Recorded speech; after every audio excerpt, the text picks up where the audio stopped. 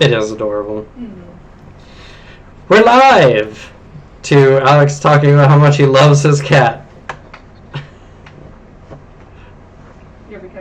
You're slowly evolving into a cat dad. There's no slow about it. He's been a cat dad for a while. No, all he's missing is the giant cat tree in the background. He's got the cat toys scattered already. Yeah, but I mean, he's like, oh, we gotta make sure she's fine. Gotta take a day off to make sure she acclimates well. Oof. Which is fair, especially looking at your carpets since they look white.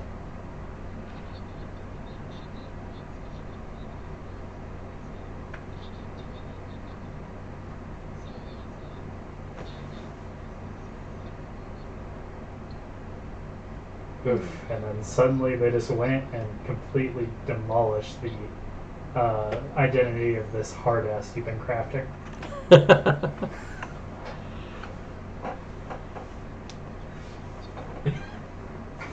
Totally.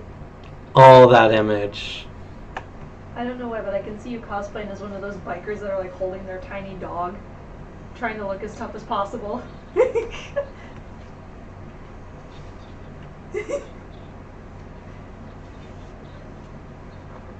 Well, technically you have a cat, so just hold Ripley while trying to look super tough.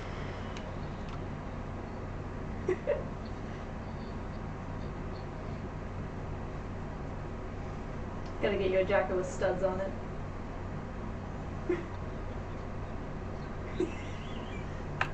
So like every other biker.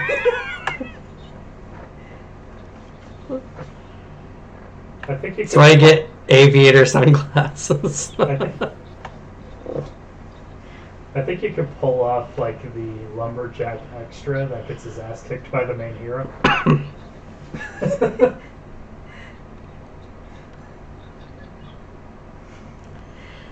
Just as a precaution to the folks out there, we're just joking around.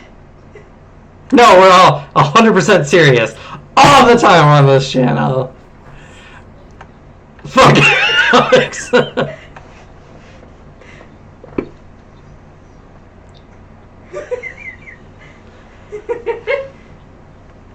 That'd be a great emote. Just a picture of Alex. Just like send help.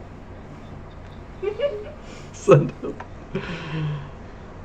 I need to get this channel huge. There's so many great things I can do once I'm famous. Exactly. And then I'll have my editor just make a fake PETA case of releasing Alex from his cage. I mean, yeah, when I have an editor, he'll probably be my editor, so, you know.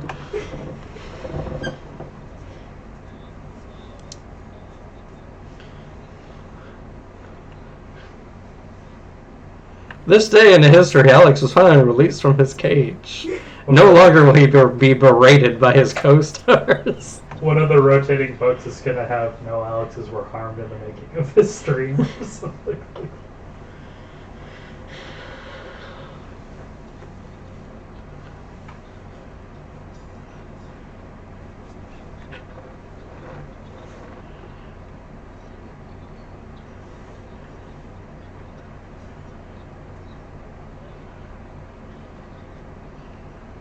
A shitty overlay, so you know you're overlaying it.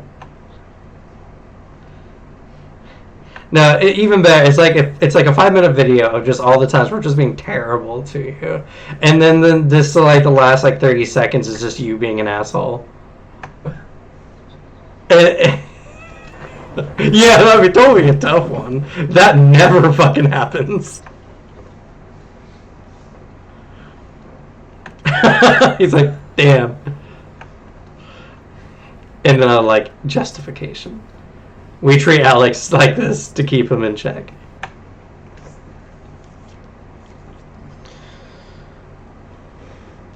Oh, and you know what?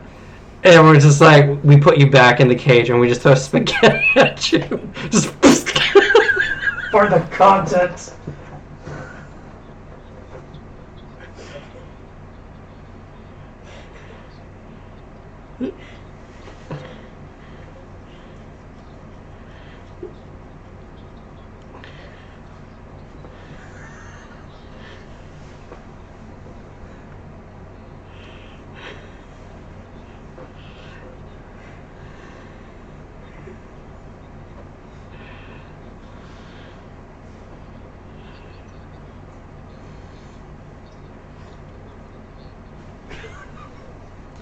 They're just gonna cut to a clip of the video we made like 10 years prior of you just sitting in a cage and getting spaghetti thrown at you.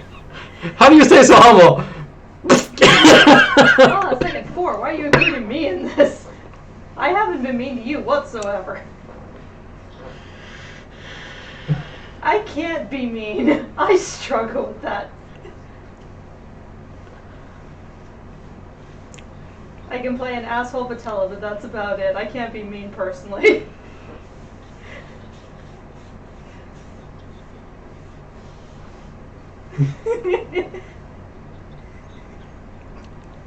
I just had to show a clip of you playing any game with us where you can be an asshole.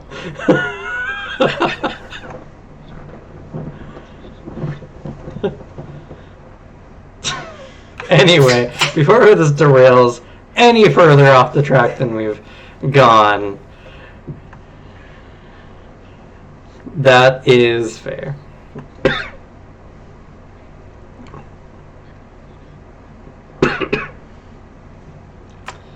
So, you guys took the trial of Noah last session, facing harsh points in your pasts. And one by one, you guys managed to overcome your trials, arriving with new keepsakes and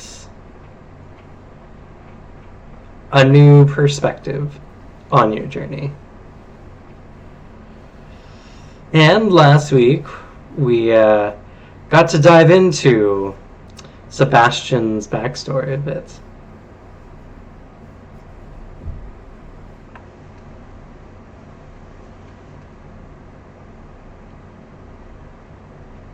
But before anything starts, I'd like to take you all into a nice, dark, and dusty room, far away from where you guys are.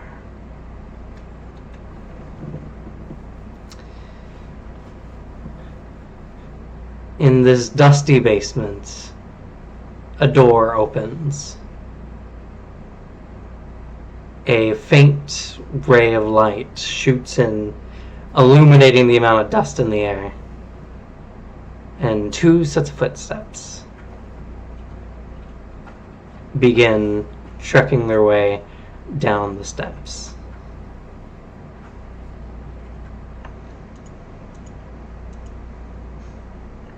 Two individuals scan the dark room. One second, I have to see what these assholes are typing.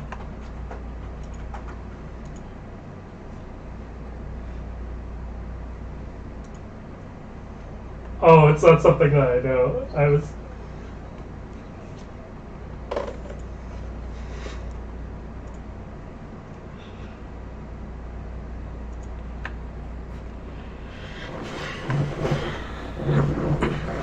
Going down into the basement, you see they find what used to be a somewhat lavish chamber with old felt embroidery around. Red in color, though heavily faded over the years. And 4 large stone coffins, one of which has been opened, and the interior, whatever was there, is now gone.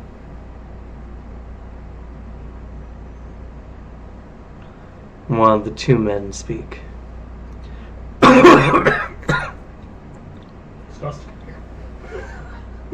Yeah, that was on purpose. Thank you. It's dusty in here. Assholes.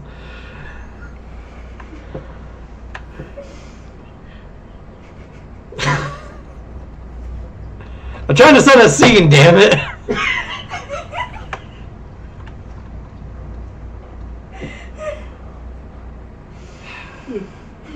my cough was too real, and everyone was just like, "Oh yes, he did that on accident." It was on purpose.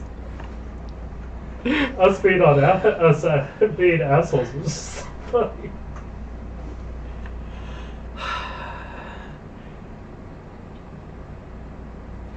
It's dusty in here. You would have thought that the Lord of Rosencrantz would have better ensure the resting chambers.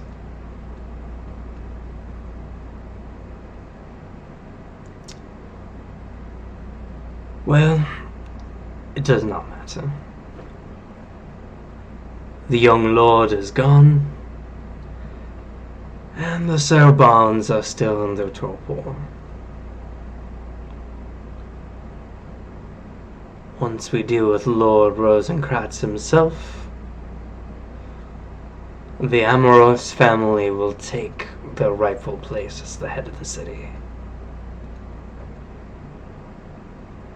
We just have to get rid of that bothersome woman. Unlikely. She is the favorite of the head mother of the house. But we'll find our way. This century or the next. But first,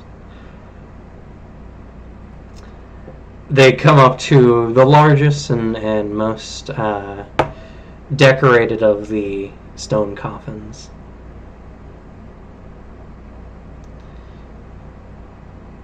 They push the top of the coffin over until it slides and hits the floor with a loud crash, as the lid has probably weighed, half of a ton. Looking down, they can see Lord Iqbal Rosencrantz lying in his torpor.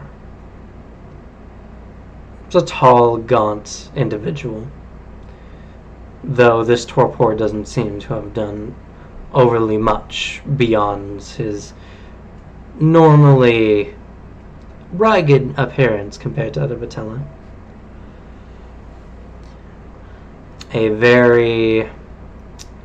He looks a lot like Count Olaf from Series of Misfortune Events, if you've seen this series. He's got the large bald spot with the crown of white, floofed up hair.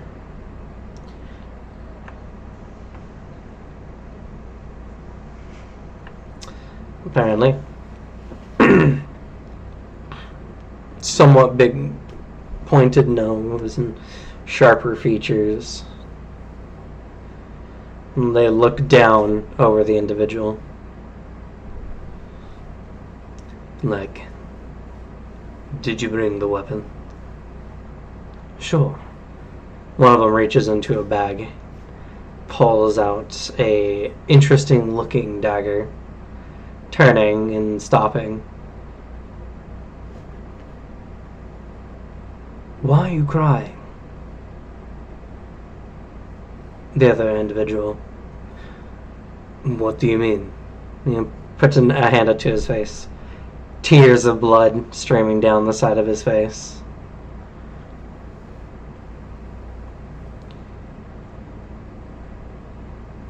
As a particularly large drop kind of comes down, it stops and lifts off.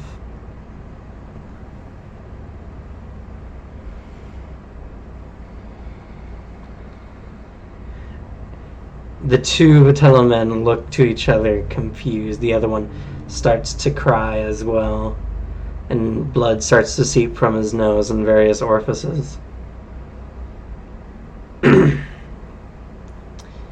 As suddenly there's a vortex as the blood is sucked from their bodies. After mere moments, both collapsing, dried husks that they used to be. And rising up from the coffin in a very plank-like fashion, Rosenkratz, Iqbal Rosenkratz, comes up, eyes half open and just deep crimson beneath, as he holds out in his hand a large spinning orb of blood. As he inhales, the blood kind of seeps into him. He blinks his eyes and opens as his silvery eyes, highly bloodshot, begin to slowly fade into just normal white sclera. After about half the orb has been consumed, it reverts back into its sphere-like shape. And he looks down.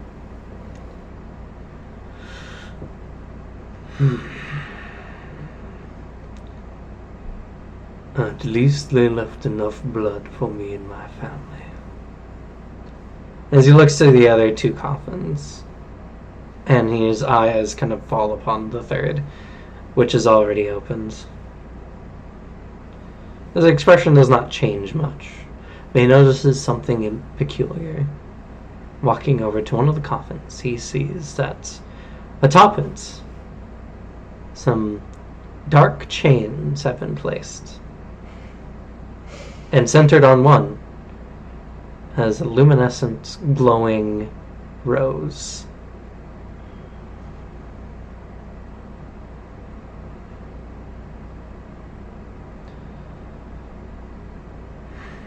He lets out a long sigh. He holds his hand up. The petal kind of breaks, floats, stops, and then disintegrates into blood, spilling over the coffin as the chain undoes itself and hits the floor with a loud thunk.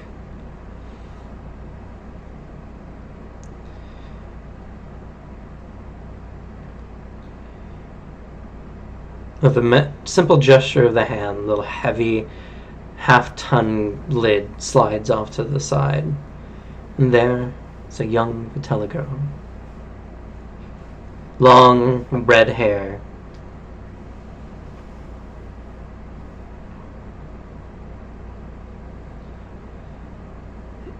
A long string of the blood comes off of the floating sphere and seeps into the young girl, whose eyes suddenly shoot open as she gasps for air.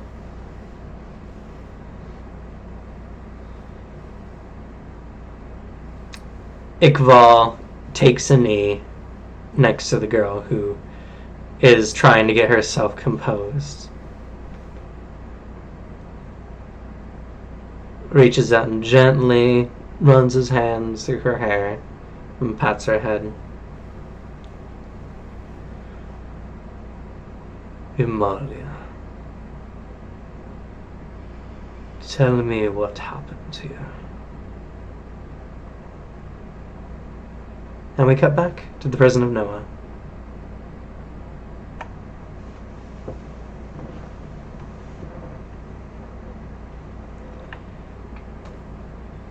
So, you guys have decided to camp that night before making a decision on whether you wanted to head back or not. We'd see if they want me. It's true.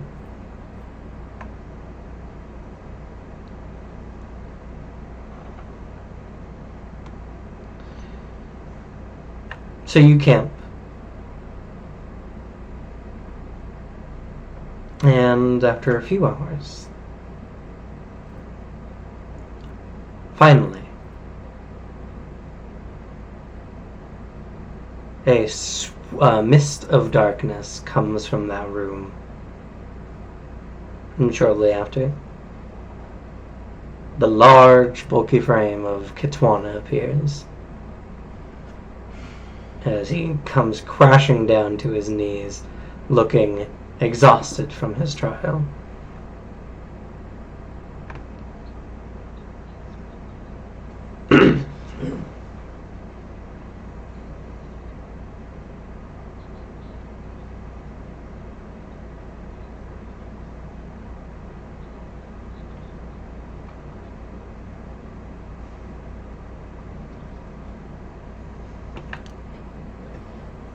You do so, and he gives you a look, and he looks very tired.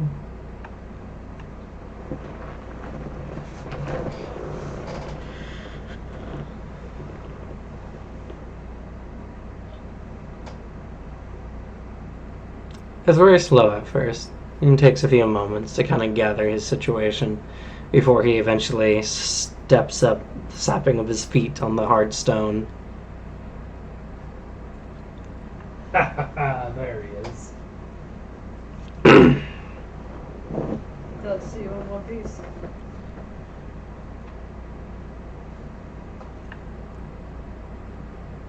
Yes.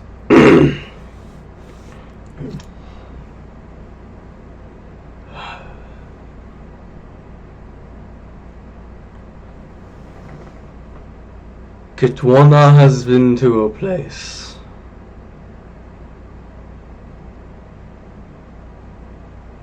He thinks for a moment.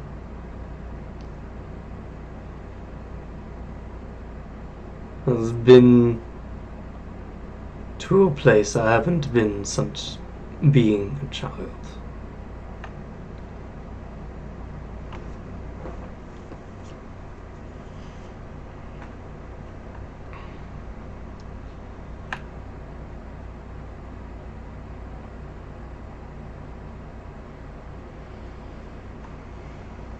What would that be? My village back in Norway.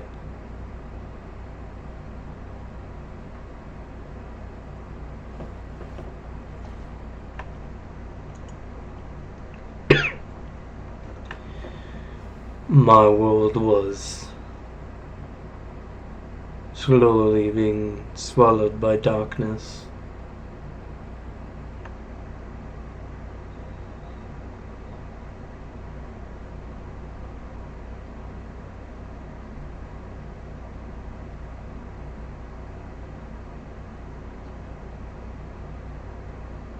Looks at you all.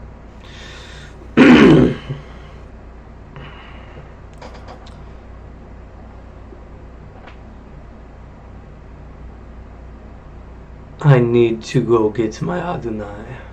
I must go back quickly.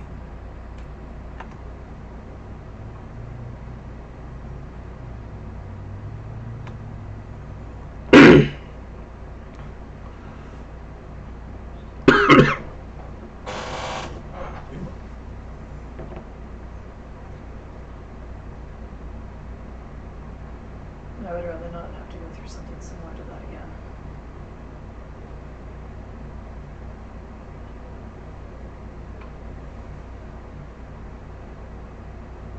again. Nods. Kitwana is going to rest. Let's see. Plops down with a sundering thud. Ken just looks at Kitwana and he just mouth agape, thinking, holy shit, Kitwana got deflated by that. I'm glad I didn't go.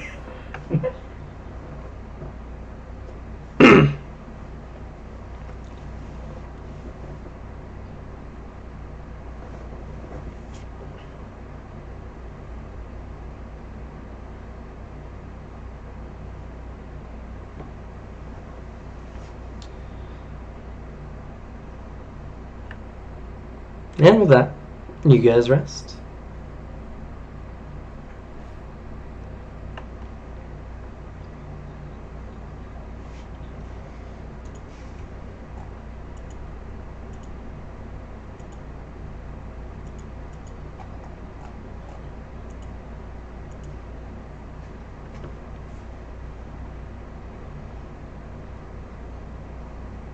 actually. He's a man who's won everything, and he didn't have much want or need. Finding ambition in such a state is incredibly hard for some people. No, but I'm saying for all your sake.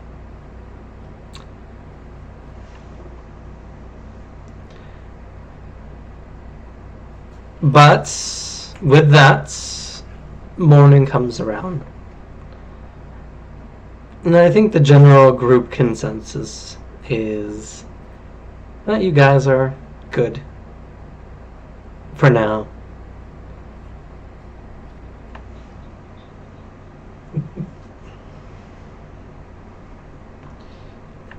Hallian shrugs and is just like, well, you guys did what we contracted you to do, so no hard feelings.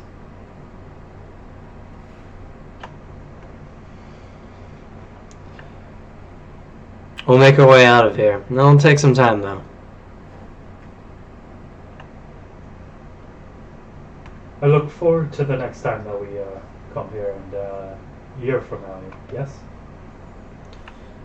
Yeah, a year from now, and gives you a smile.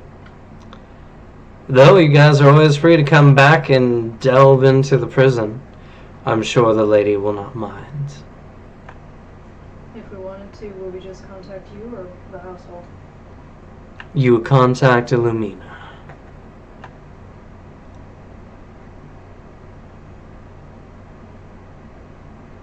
She is one of the Lords of Deimos, after all, so finding her should not be too hard.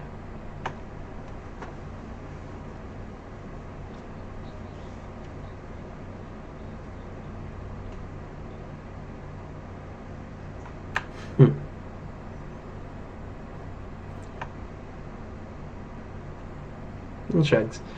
But from those new toys you guys got, you can see there's tons of interesting things you can find in a place like this. I'm sure the lady is after much bigger ends, though. Does make me quite curious as to who's stuck here on the bottom floor with traps and trails like these. Just makes someone wonder.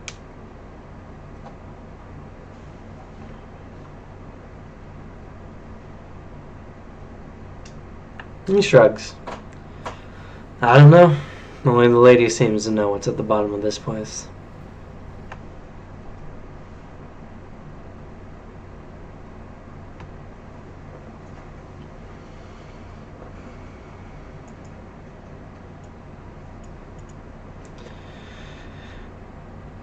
So with that, you guys make the exit out. Far less seems to get in your guys' way as you do so.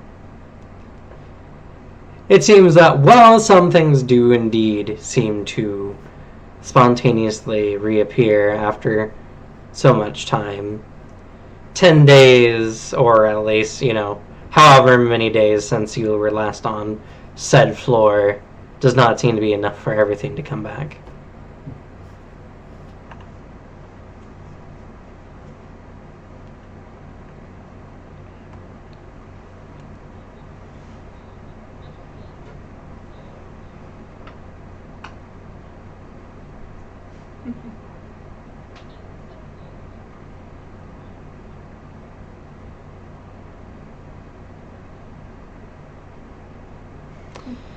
You guys have a strange sensation, though. As you guys are backtracking through, you find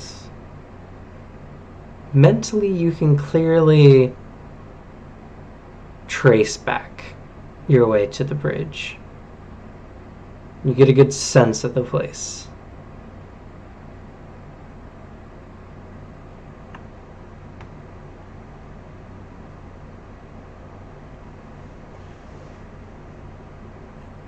It's a strange feeling.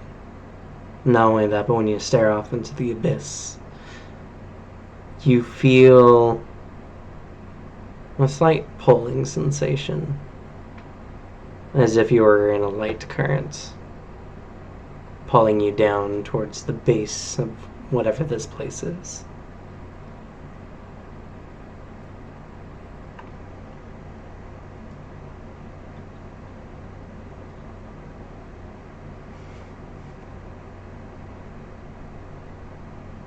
Associate upon sensing that would just heave aside and just keep going, but he would continue the entire trek without wearing his helmet for once, seeing as there's no light here that could harm him. Fair.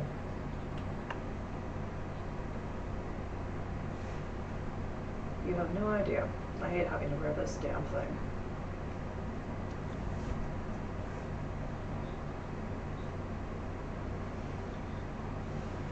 I don't know how you can't.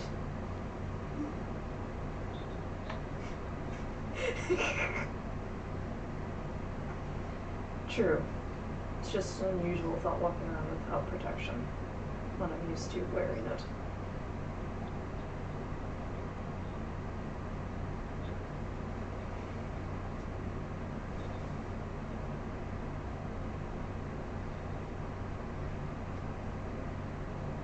Mm-hmm.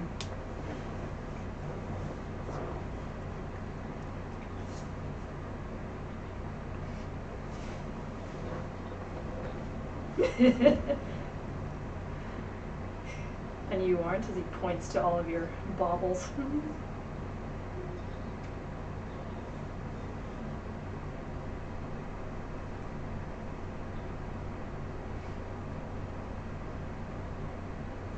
Wait.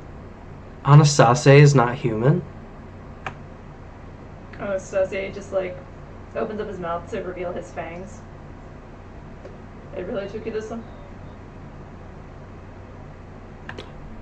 Like a vampire? Is that what you call my race nowadays? Such a vulgar name.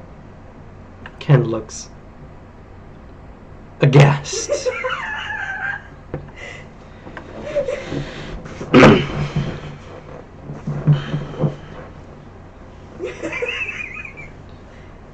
Yeah, I mean, stands on the other side of Kitwana.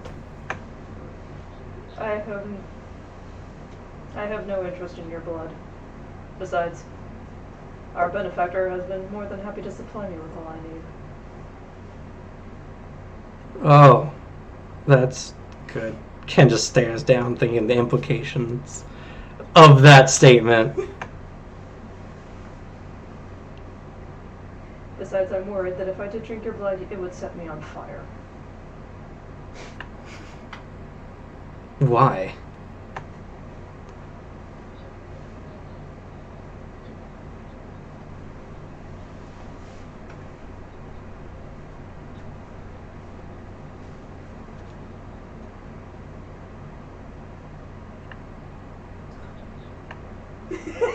Oh, okay. That, yeah. Wow.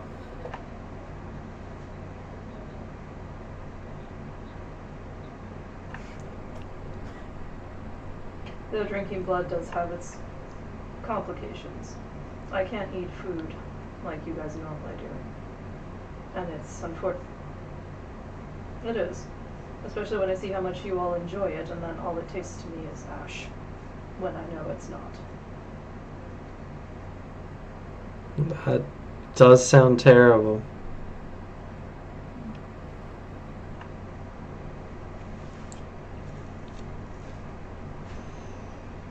He just looks around at everyone. Siegfried's eyes are forward. Kitwana's off in his own thoughts. Everyone else seems fine with this, and he's just sitting there like, was I the only one who didn't know?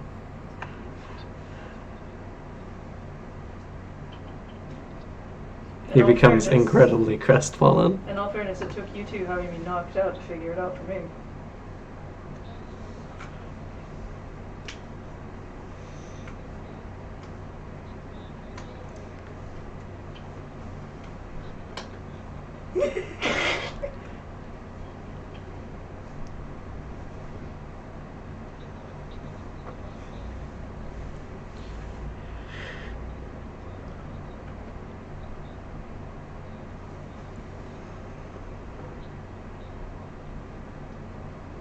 Nah.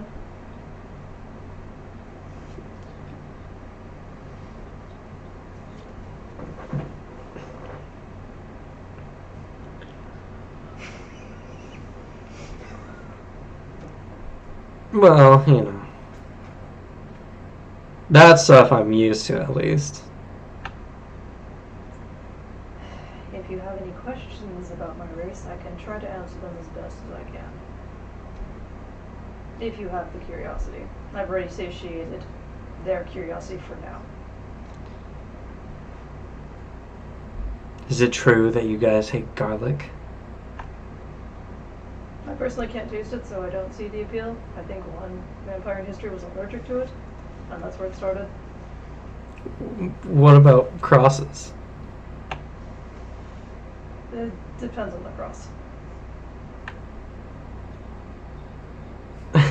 Yeah. If you just suddenly make shift across, it's not going to have that much of an impact on me. If it was blessed, or one of your priests probably has better effect. Doesn't ward us off, though. I can walk through your town just fine, and you have a church here. Roll a persuasion for deception? Because you have no weaknesses to crosses. An Inquisitor just wielding a giant cross sounds hilarious. It's very Anima to happen, so...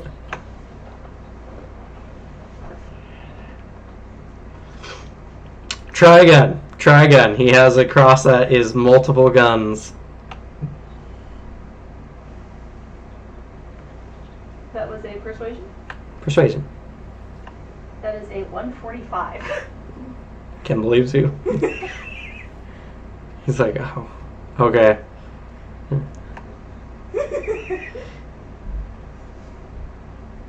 You gotta, like, supernatural stuff is already happening to him, but it's like, now vampires are real, and he's just like, oh. What isn't real? Yes, and how quickly can he get holy water and a blessed cross?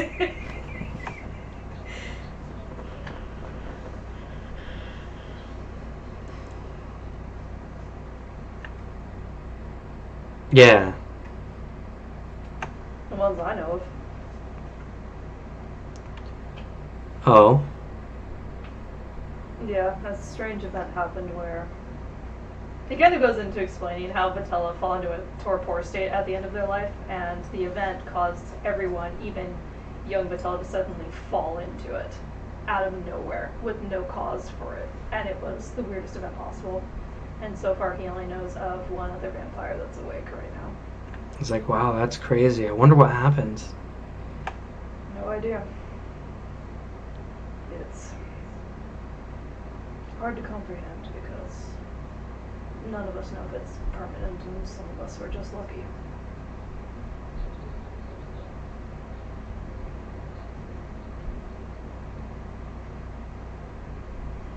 Anastasia actually remains quiet. He doesn't retort back. And he actually looks off into the shadows a bit more.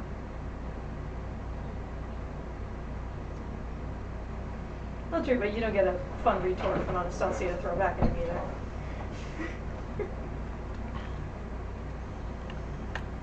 Ken takes some time to readjust his worldview.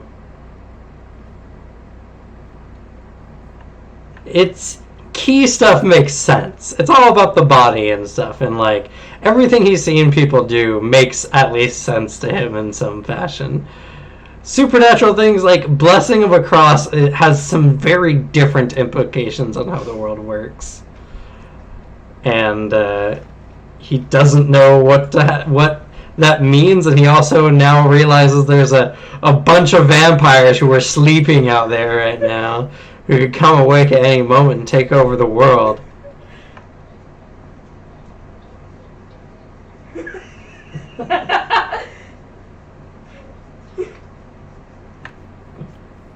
It's fair. Thankfully, most of us have no desire to leave Moth. So just don't go trekking through Moth. Oh, you couldn't get me to go through that ghost forest anyway. Well, there's more than just ghosts in that forest. And vampires are the least of your worries.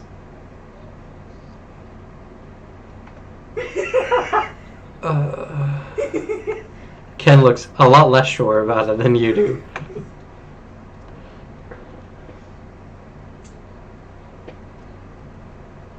If we run across one, I'm I'm not going to absolutely go looking for one because they can take any form. And if I'm going to fight something, I'd rather know. We have How about McDonald's this? at home. We find a brother of the Twilight. I believe it's the brother of the Twilight. Something along those lines. There's a group of humans now that are just showed up in the forest and are actively fighting them in the forest, so they would know where they are.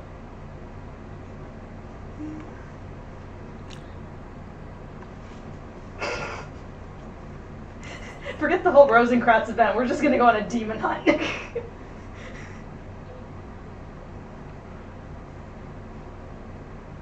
Yes, I would very much like to fight a demon. You guys can leave me out of this. After the tournament, I realized I need to do a lot more training. Especially before I go fighting demons. That's fair.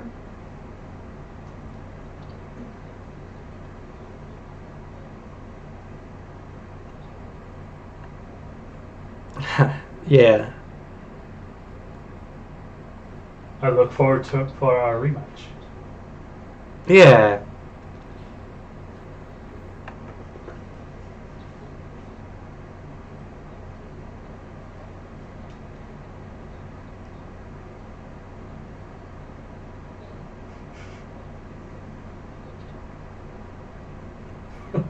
What?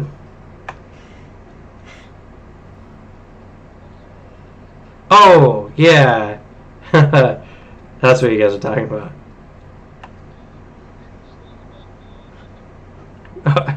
Oh no. Sure, go ahead.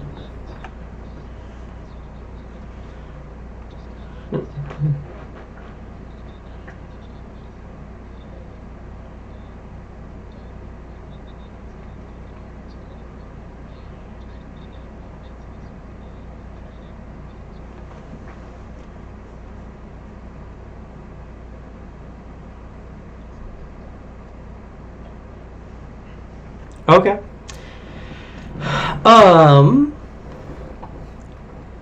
Roll with an average of your tactics and your martial knowledge score.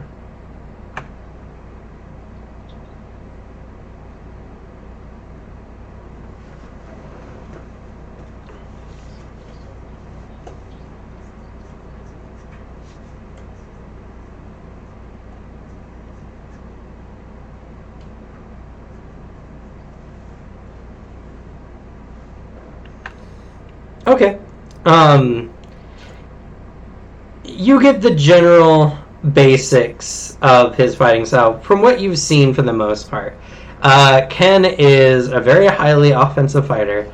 His abilities seem to improve his abilities to do damage, but he seems quite vulnerable to taking damage. And so unless he goes first, he usually gets the shit kicked out of him. So he needs to improve his defenses first and foremost. He's got the offensive capability that counts. He probably hits harder in a single blow than anyone else does in this, group of individuals. The only problem is that his staying power is significantly less. Probably the worst by several margins.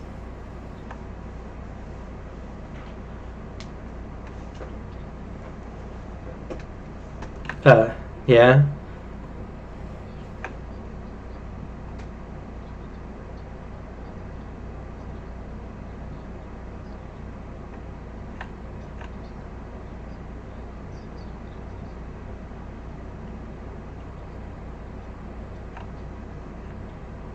You say it so bluntly, and he kind of just... He sucks on his teeth for a second, and he nods. He's like, yeah, I know.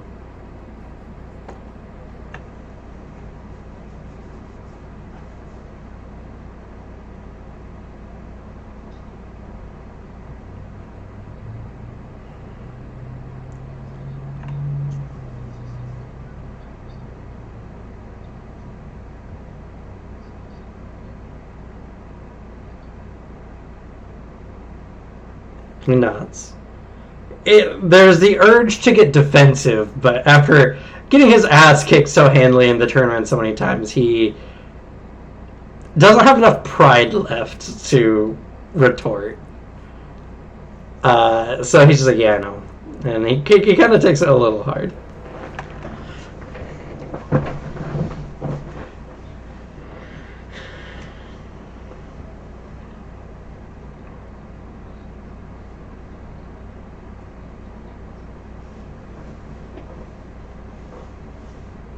Yeah, maybe.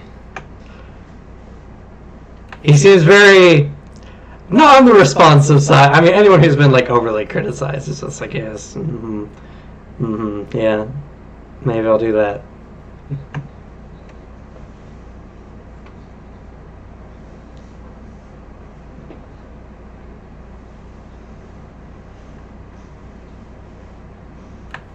And funny enough, the fire key techniques, I think it's like Fuera or something like that, has like no defensive capabilities built into it. In fact, Eld is like the worst because it's like, hey, you want to do more damage, kid? Burn your life points away.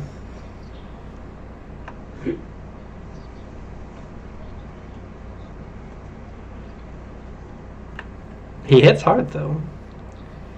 You can do well over 300 damage to someone if you give him the shot. Alexei kind of squints. Up? That's Sebastian? Down? No. So down. Yeah. Okay. And then he kind of like smiles to himself as continues walking. The truck. Go ahead.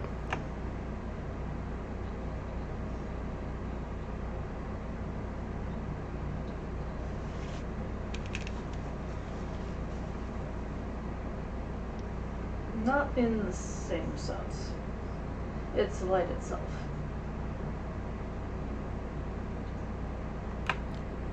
Yeah, okay.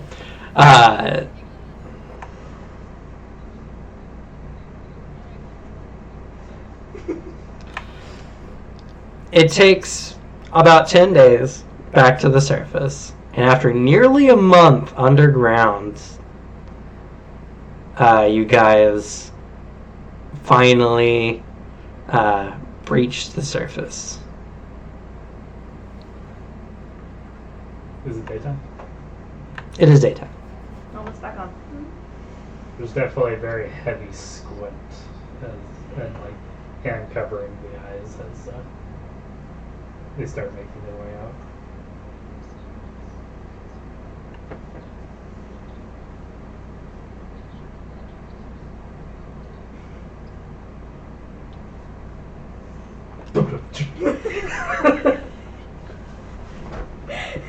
His legs are just reduced like half in size.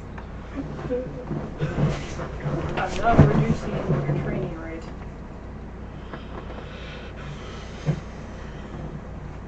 So, once everyone's out, Hallian with the various the backpacker people, the goods carriers,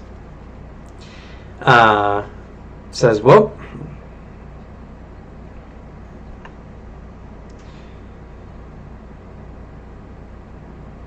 that should do for you guys for now. Like I said, if you got anything more with Lady Lumina, you're free to contact her. And yeah, just don't forget you owe the lady a great debt. And like, see y'all. Well, catch you guys on the flip side. And he places his hands behind his head and begins heading off.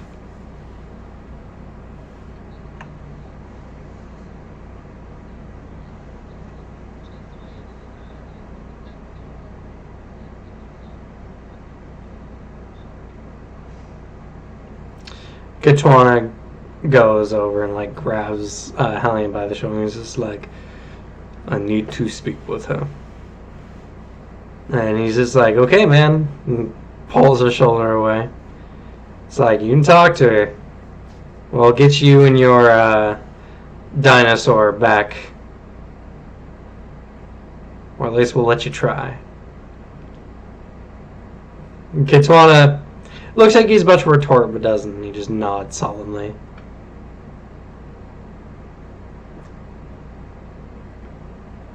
They begin heading off.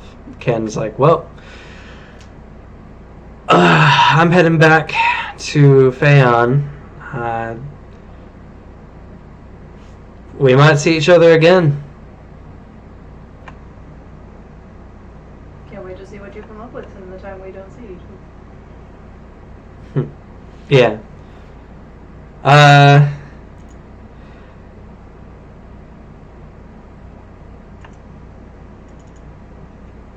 If you guys are ever by... What was the name of that town he said he was from?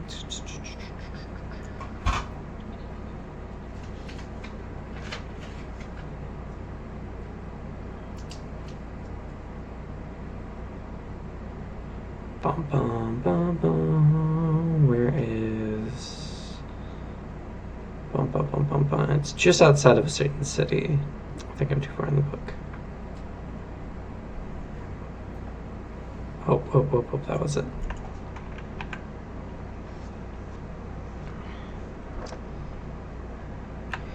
He lives...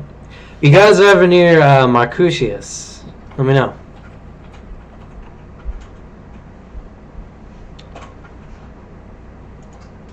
Of course. I look forward to our rematch. And he puts out a fist.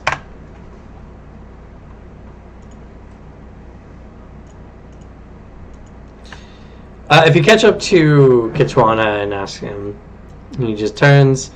He seems very distracted, but he acknowledges you and he's like, the people of Namwe do not do not stay in one place. But trust me, if you go there, Kitwana will find you.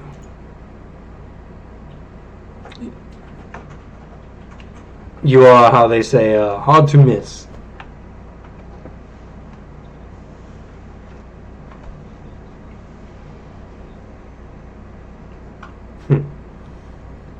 Don't go hunting with Lad and I.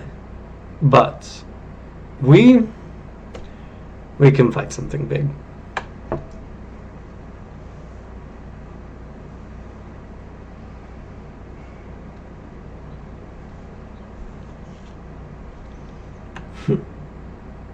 Thank you. Places a hand on your shoulder and turns. He seems overly humbled. Strangely so.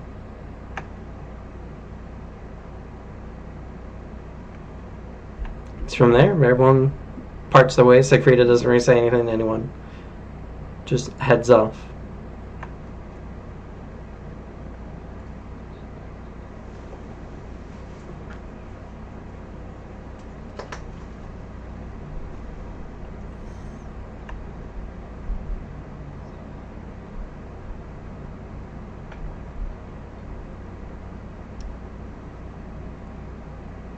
I have no idea. He did not say. All he asked was how much longer, and I had said until the end of the tournament. Did not have any idea we'd be down there for almost a month.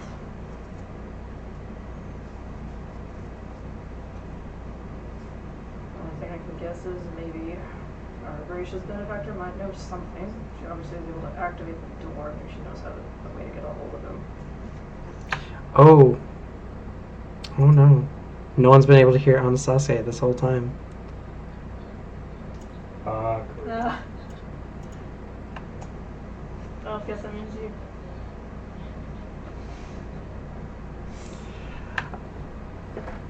Normally it's not an issue, but last time she kept reverberating off the mic when we were just chatting, so I turned it down. I was like, I'll remember. Oh, now I gotta dab over that. Good luck. No, I just legitimately remembered.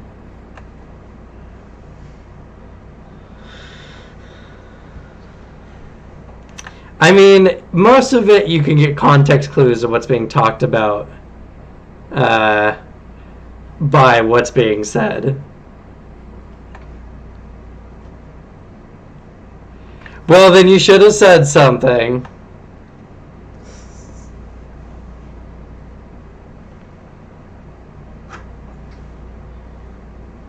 Oh, were you guys traveling with a convoy then?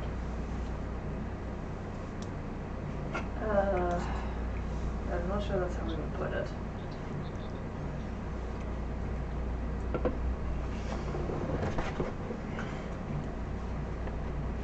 No.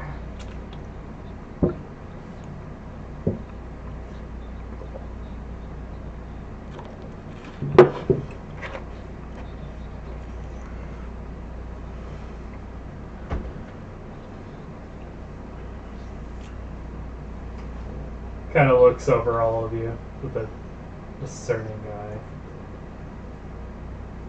No, stop saying Ah, shit. yes. You are making fun of me. I get it. There's no way I could make something like that up.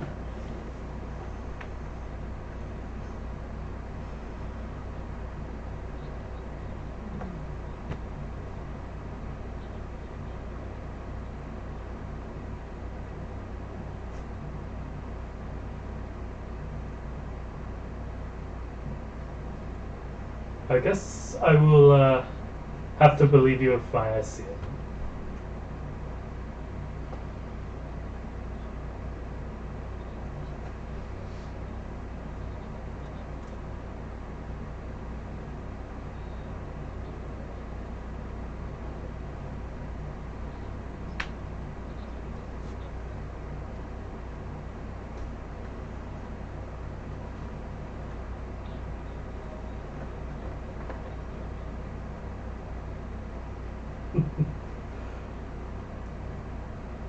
Sounds like a very fun journey, especially if this flying temple is as real as you say.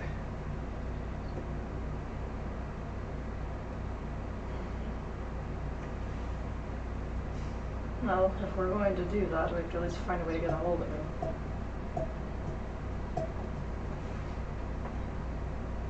No, Alice he just starts trekking back to the mansion to see if he can get a word. See if she knows. Okay. As you guys are walking out, suddenly a deep voice rings out. There you are. Looking around, you see a small street urchin child staring at you guys. Oh, so we all heard this. Yes. You survived.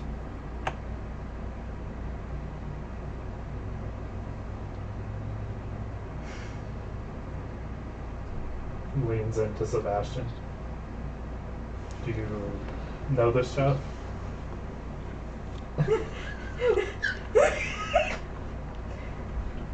That's not a child. I don't know how that broke Alex, but fair enough.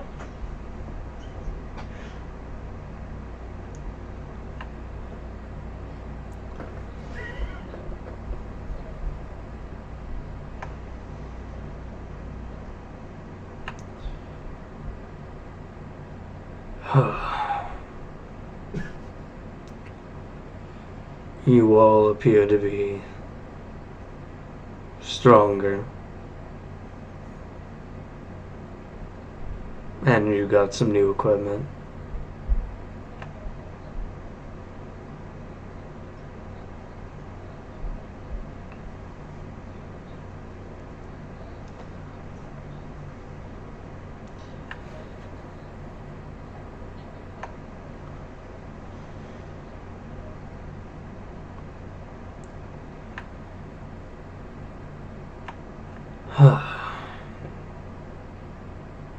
I just realized this child's a big glowing ball of magic, aren't they?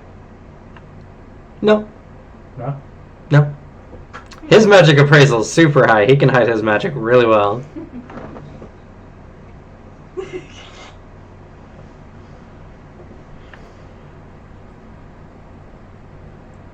Well,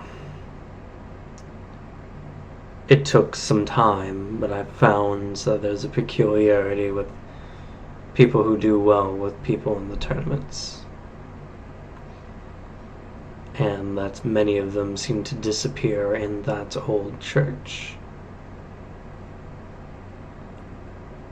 I'm glad you guys are not dead. But I hate waiting.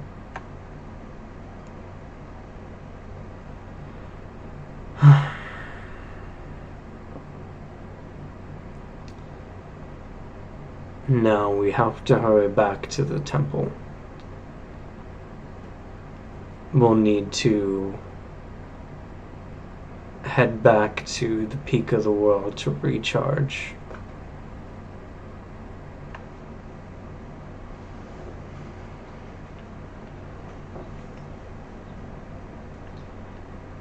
Mind if this one comes along with us? He looks you over.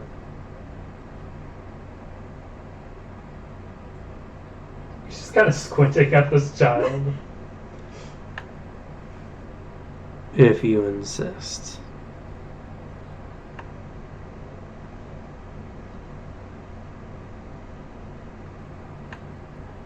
This is a disguise. Oh.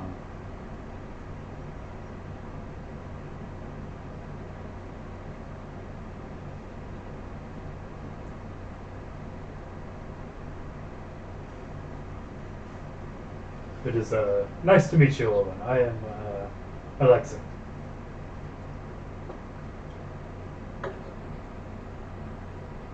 Olin Ravenwing. Now let's go.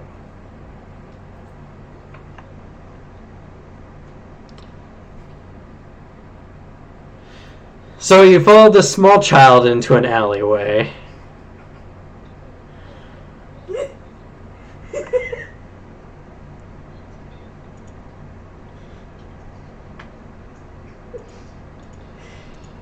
And for lack of anything better, to get you guys out of there fast and in a timely fashion, there's a thundering crash. And you guys are all instantly transported back onto the Temple of the Skyward Eye. You're out on one of the platforms.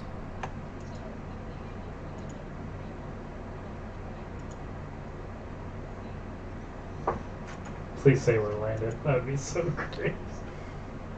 No, it's floating in the sky on a cloud. Damn. Kind of like looks and catches the glasses as he remembers that they're on his face. It's like,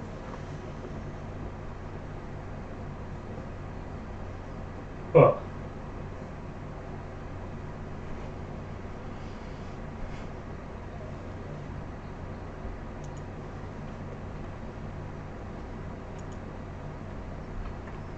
The small child suddenly just becomes an older man. An old northerner man. This seems, at the very least, you were right. And he pats Fennel on the shoulder.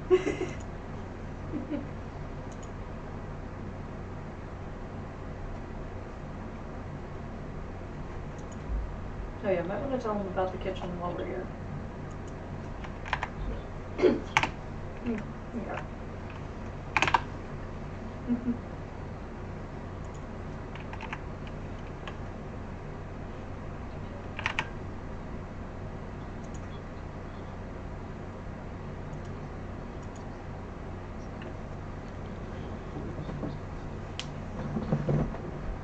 I don't know if I would like to talk to something that our friend with here doesn't like talking to. Batson again.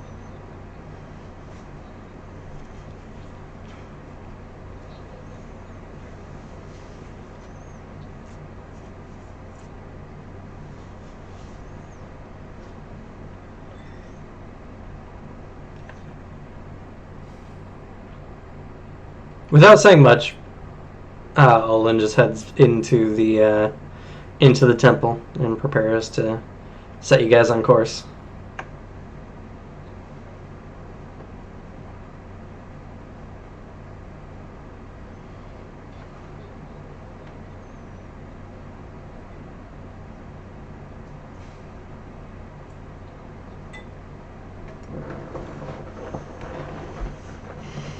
I've known a few people like that, but usually I'm able to get them to talk, so we'll see how it goes.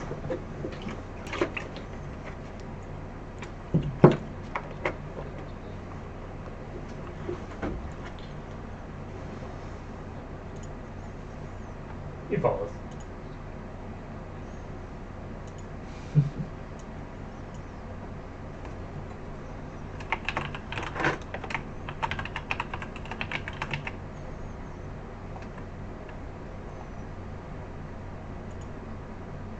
Hey, Sebastian.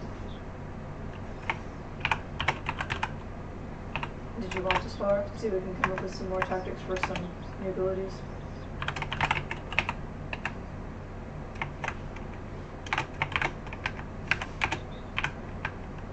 When you're ready. But if you're interested.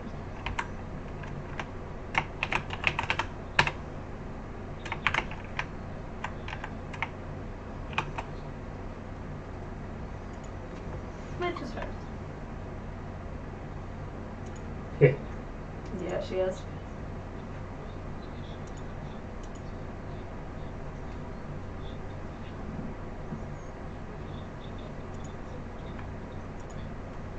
Oh no, she's a variation of that kitten that discovers they have feet.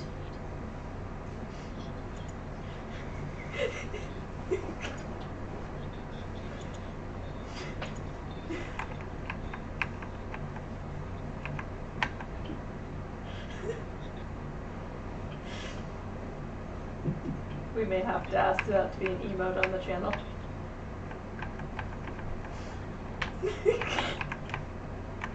But as Alexi's being like escorted through the temple, he just kind of looks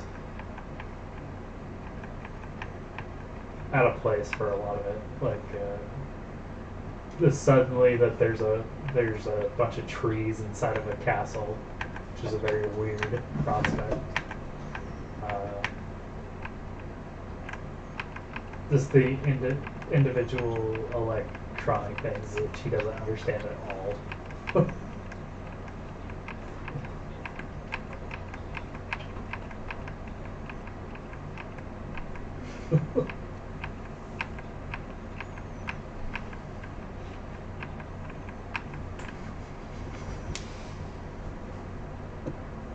All these whippersnappers with their computers and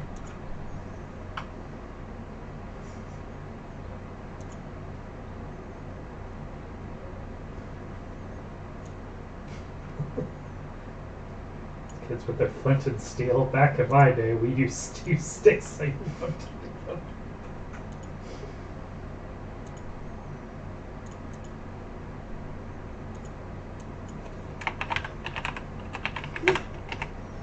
So you're following Sebastian. You're following Olin. Okay. Do you say anything, or do you just follow him? He is going to the command center room.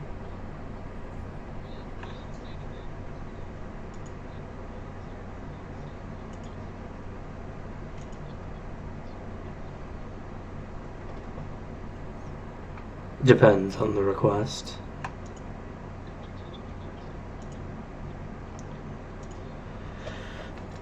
It would take some time, but unlike many of the others, you do seem to have the aptitude for something like this. You will need to brush up on your ancient Devon.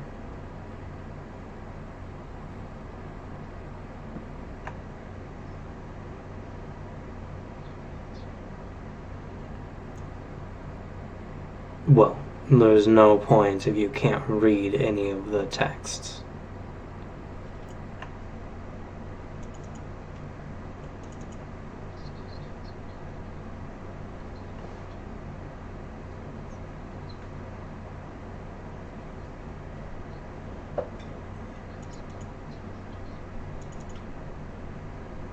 Yes. Though, I can give you a head start.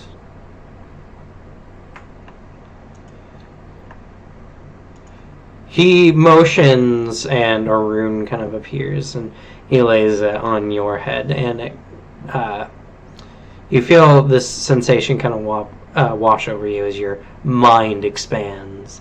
It's like having an epiphany where you get like that small kick of adrenaline.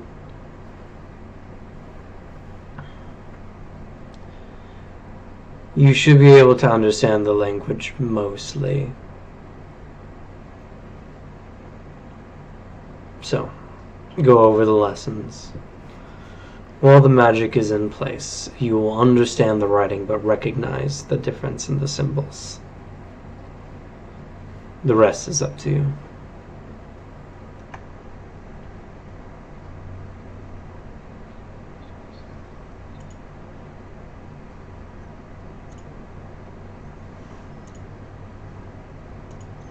Okay. Before too long, the ship begins to very smoothly pick up speed and begin heading northwest back towards the peak of the world.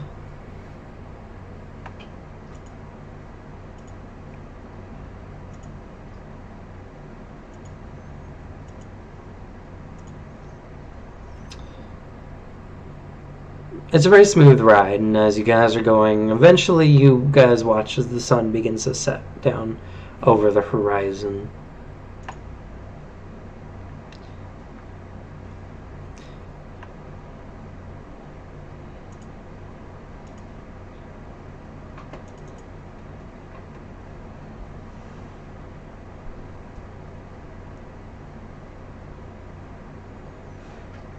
Oh, I see, guys.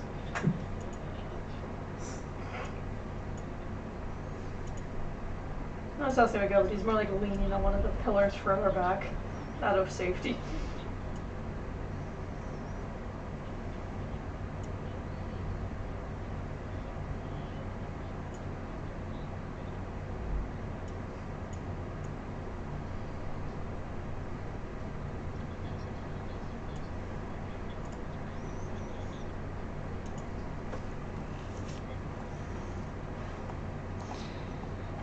It's all fun and games until you can't fly faster than the flying castle.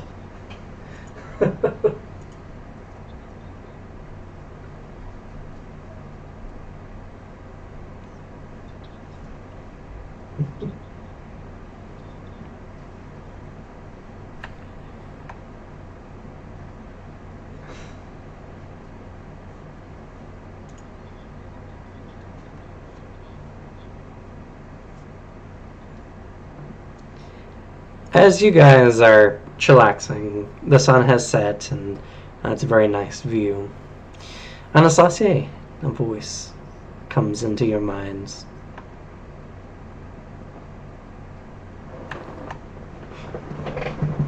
Just like stiffens slightly.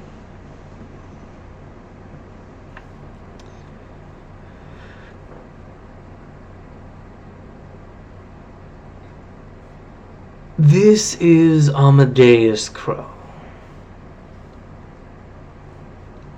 I've gotten into contact with you on behalf of your mother.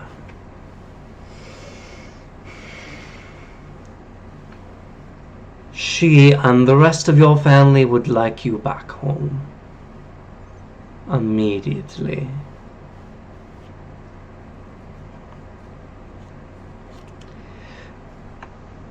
Do not tarry, young Serban.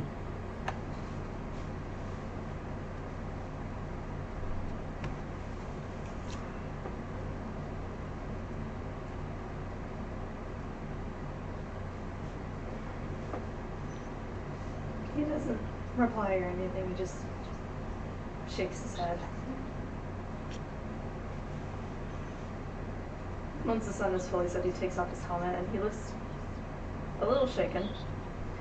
Based off of the name, despite how little knowledge he has of the crow, can he tell if that was the head of the crow house or if that was just one of the members?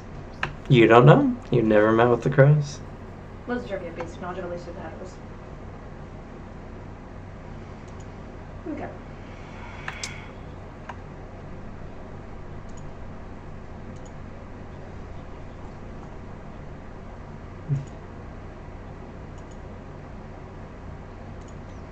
That's not what I was.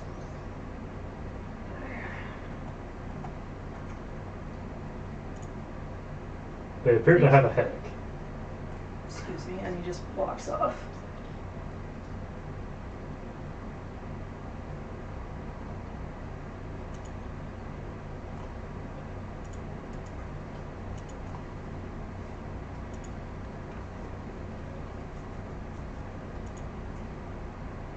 He had like one glass in hand. And he goes to find Owen.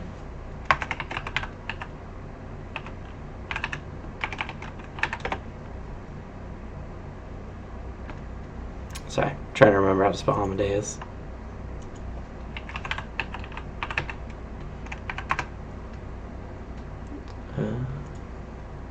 Really so much bigger than she used to be.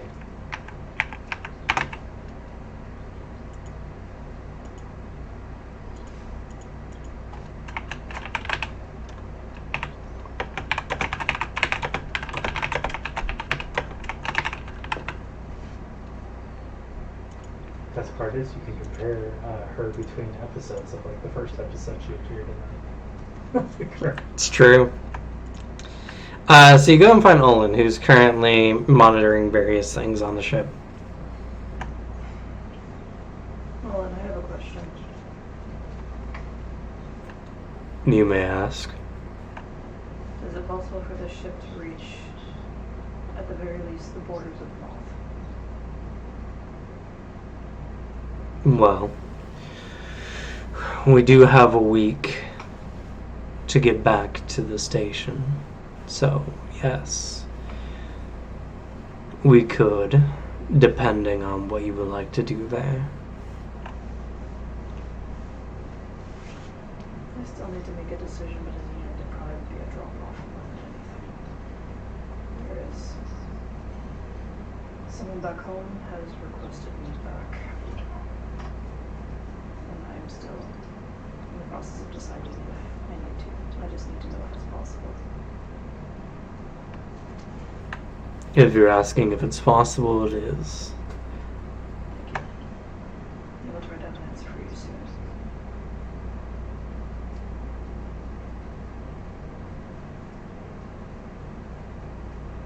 Doesn't respond. Just continues monitoring stuff.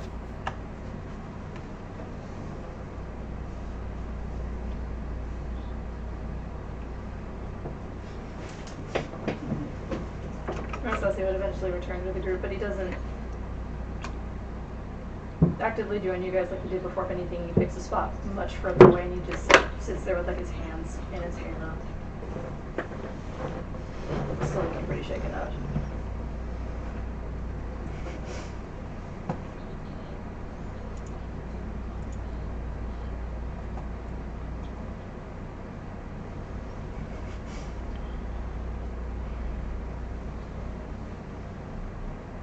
If I hadn't been contacted. No, I'm not sure if he has that ability. No, it was a member of the Crow family on behalf of my mother.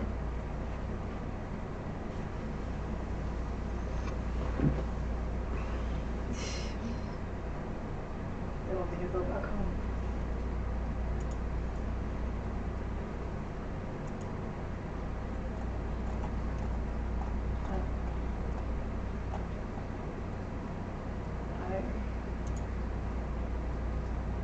I don't know. Visible at this point, he says it's almost like you can start to see like faint droplets of blood start to form in the corner of his eyes.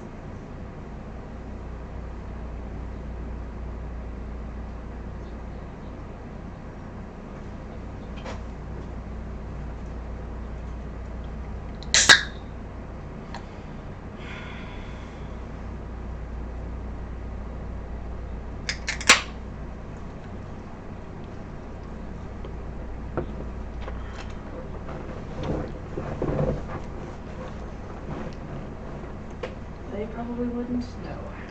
I don't know what the Crow are capable of.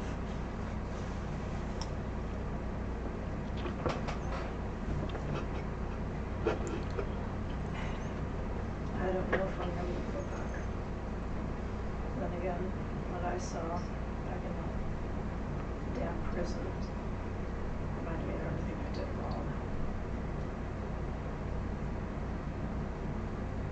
My family's always to be at night.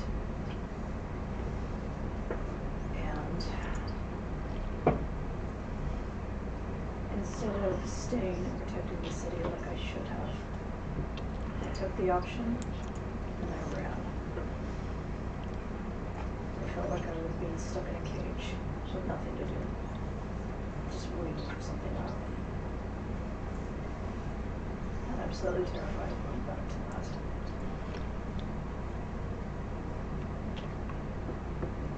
But at the same time, they're my family, and I do care for them.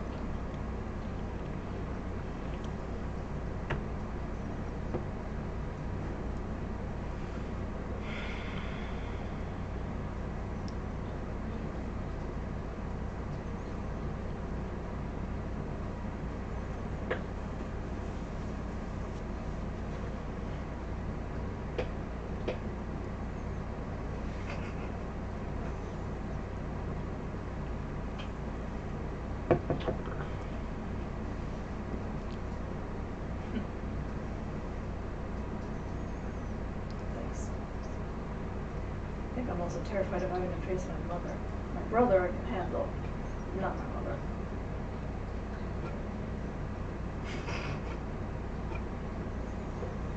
Shit, I'd sooner take on my father than her.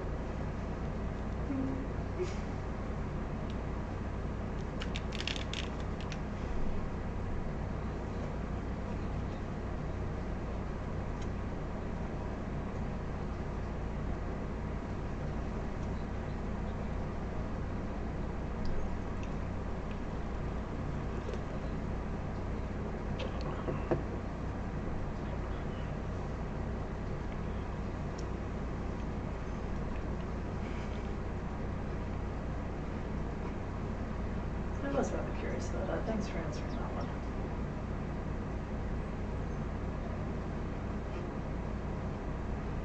That, and I thought I kept hearing the phrase mentioned every now and then around Goldar. I was a little curious, but I didn't feel the need to ask.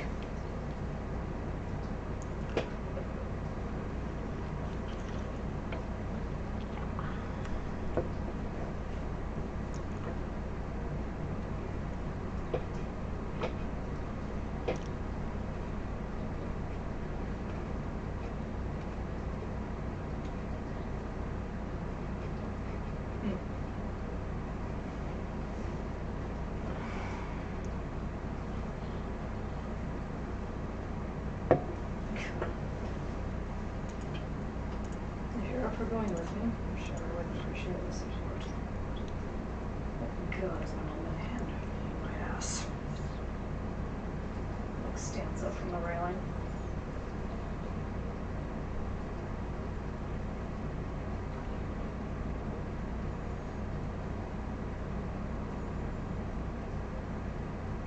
Anything in particular?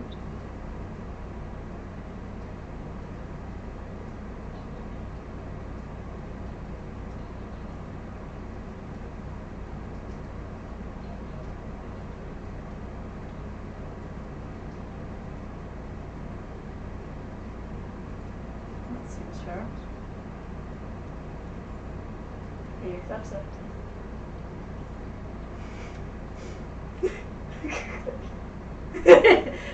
It's rather awkward for Anastasia because he's like being crushed, but he's like, okay, just tries to hug you. I try not to. Yeah. Tries to wipe the.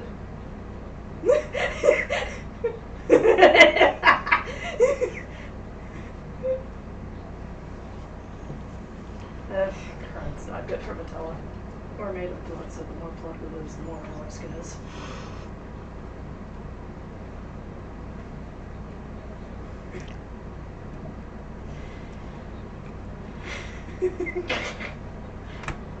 Thanks.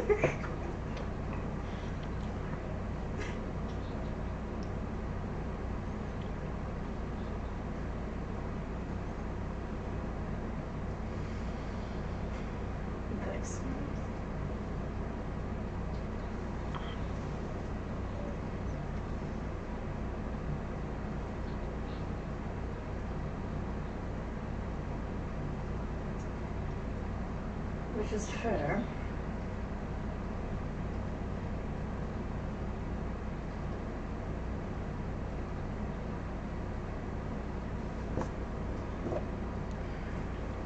Amadeus was able to somehow connect to me, so either he knows where I am or he's just able to connect to me specifically. But I don't know the capabilities of the Crow family, so I don't know if he has any other abilities.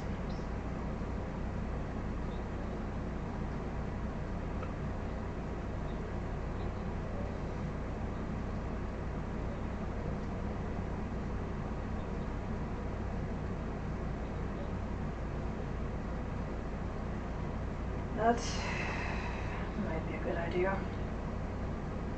I don't think he's gone back to the city just yet.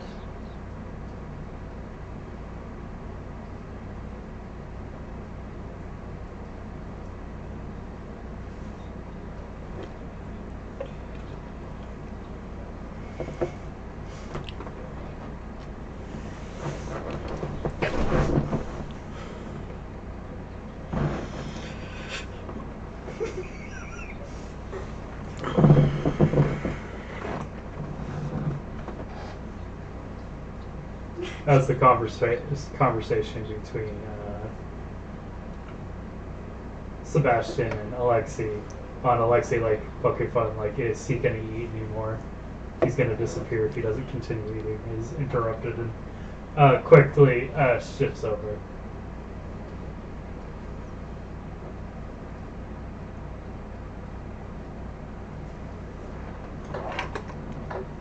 Yeah, I don't mind. I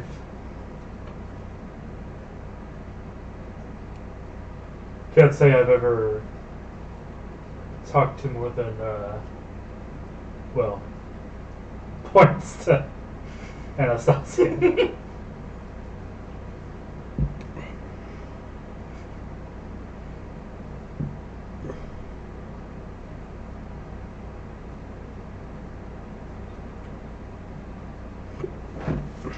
Probably. That is not an invitation for you to openly insult them. They will kill you on the spot.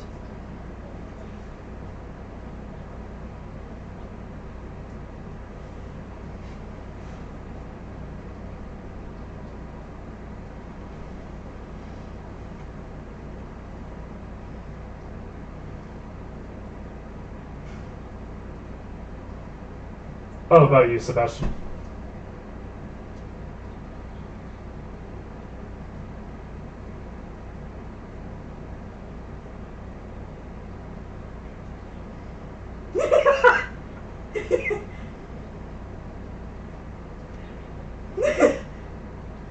Anastasia follows.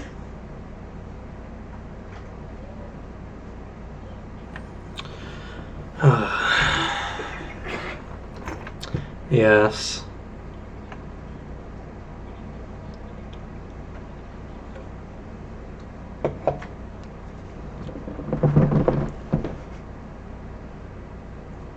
Okay.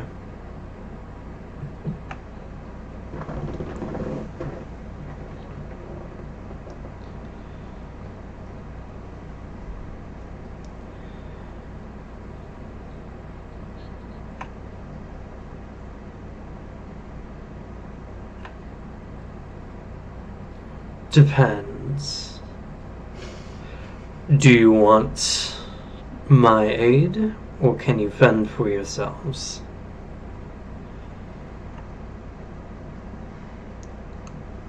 They're normally pretty civil.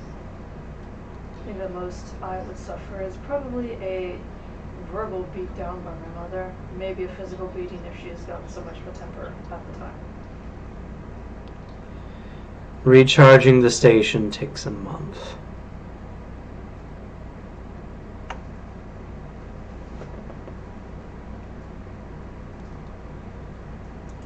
dropping us off would be better.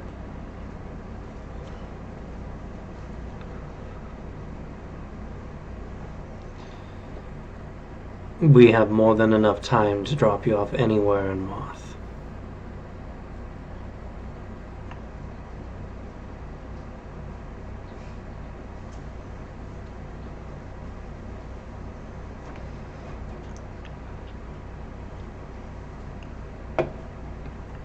Yes. Where are we going? Do you have a map of Moth? Yes, somewhat. He does some things on the various light panels, and he pulls up a big scale of the upper part of the northern side of the old continent. Anastasia will go up to the panel and point out the general area of which Rosencrantz is in. Okay. He does some adjustments.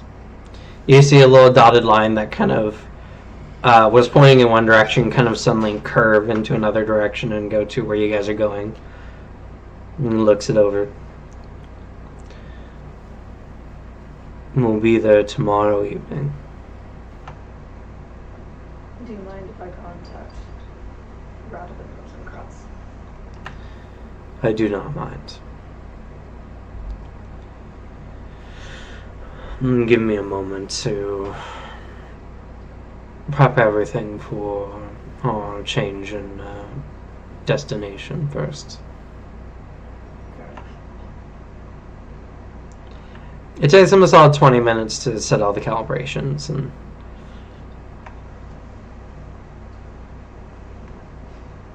I do not know. I don't know anything about this.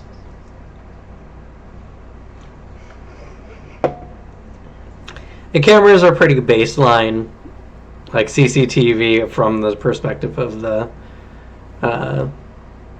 temple itself.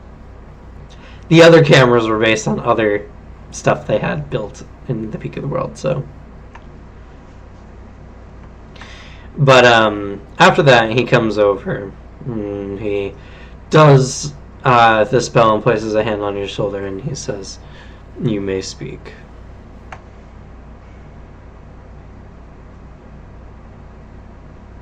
Radovan, this is Anastasia Serban.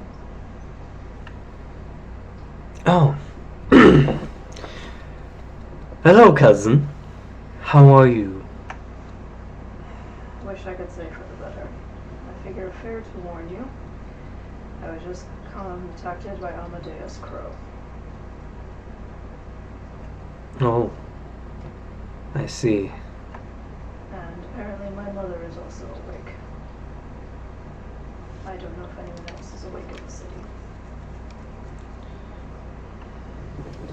I see.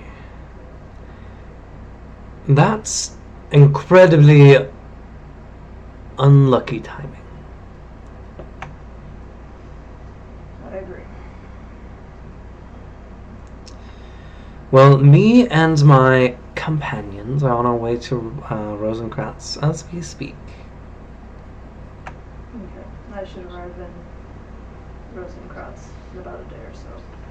Oh, you're going to beat us by quite a time. Judith. Where are you right now? We are currently making our way northwest from Hongqua in Feian. He says Hongqua. From Feian. He's heading northwest from there. Why don't you ask Cole when he's got the map?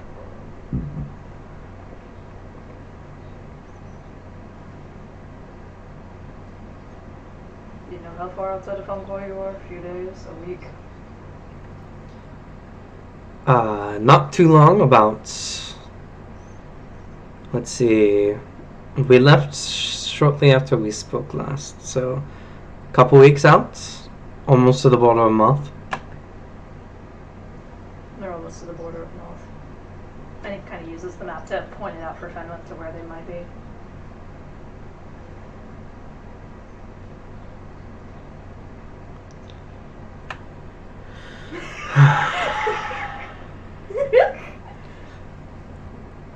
I will calculate once I'm done with the magic. My apologies.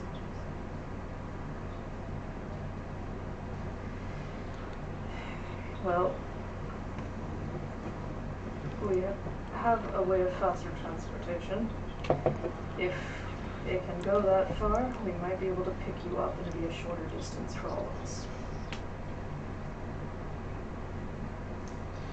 Oh. Oh.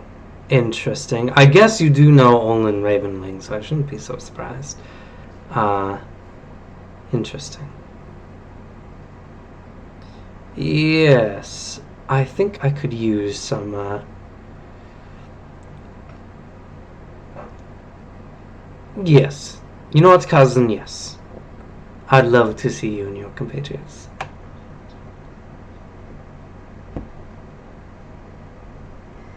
I will tell them when they see it.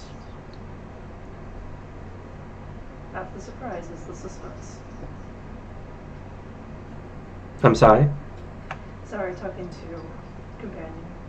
He is rather excited to meet you and your companions.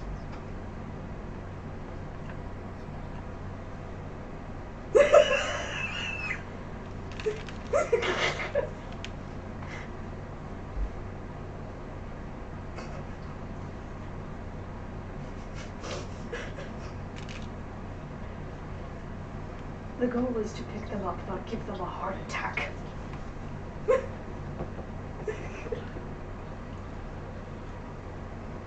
Surprise, yes. If I kill a member of the Rosencrantz on accident, I will most surely be killed. If not by my family, by his father. You don't want to know this other side of the conversation. I hate that I have to have it while you're listening. I would very much like to know what this side of the conversation is about now, yes.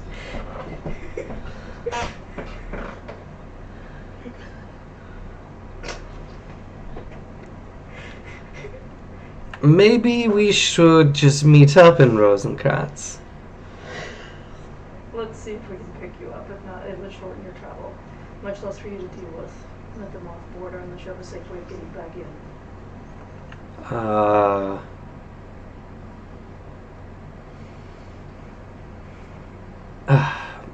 Sure. Alright. We will meet up then. Alright.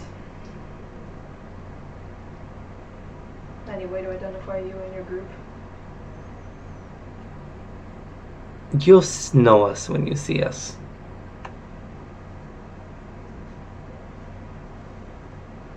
Alright.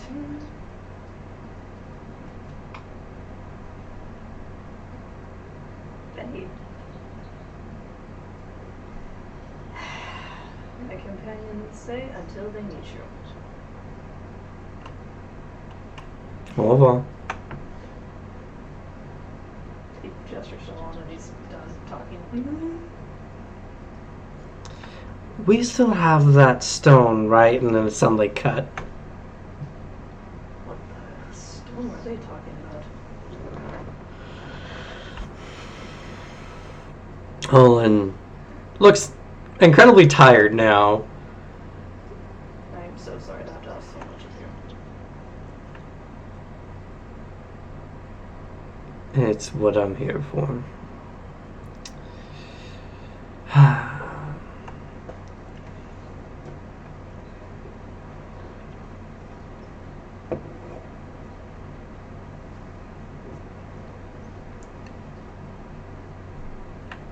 Doesn't make me feel better. He goes over to the panels and begins typing various light panels, and various numbers come on. He casts a spell and he makes adjustments.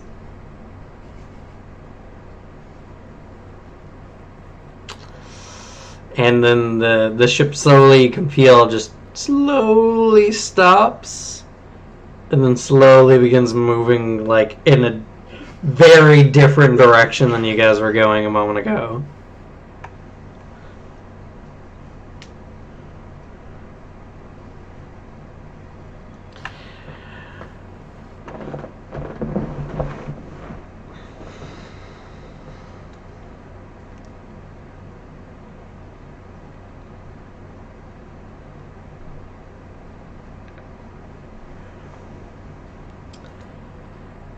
And so with that, we're going to take a bathroom break as the players have decided to play 2 characters for the rest of the session. Too bad! You guys went to go pick up the other party! Congrats!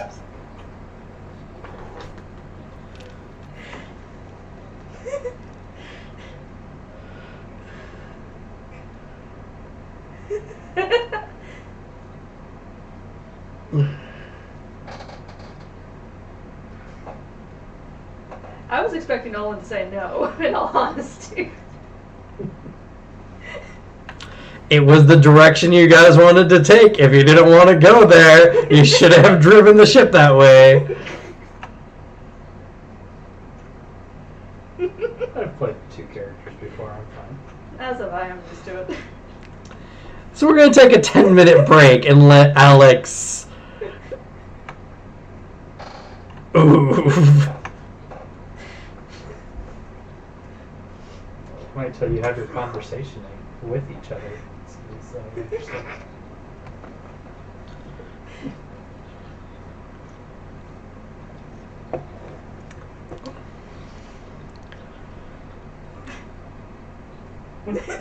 Except Arthur's the most worthy in that party in Sebastian's eyes.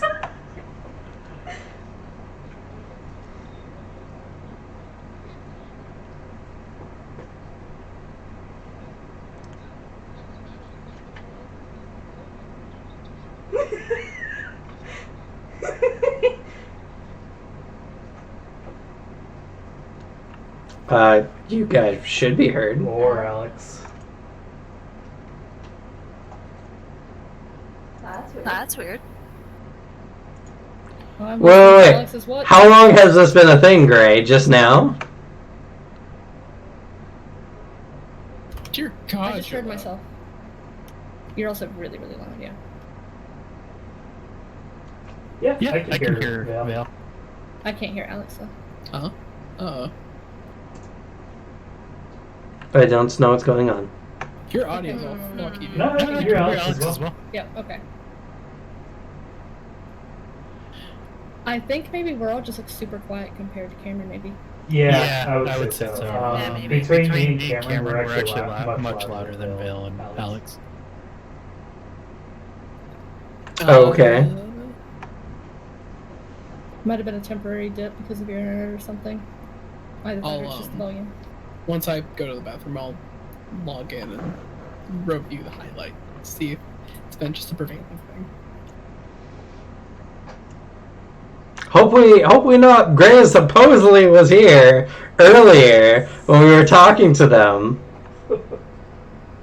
Oof. Alright, well, let's take that break. Yeah.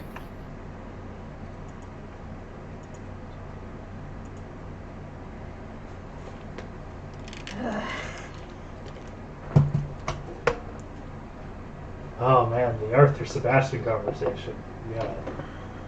Gotta get that under wraps. Good luck, everybody. I already play multiple characters in the session, so I don't have to worry. Have fun. Oh yeah. He was just now starting to understand the difference between ki and magic, and now he's just gonna be suddenly teleported.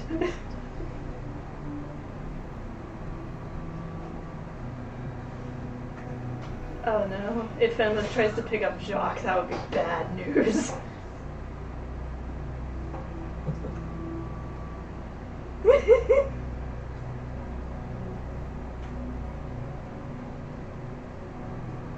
Yeah, but Fenwith is the exact opposite, where he sees you trying to place yourself away from people, and he will try to get inside that bubble. Oh, I'm about to play 2 happy, high energy people. You're gonna be exhausted by the end of this.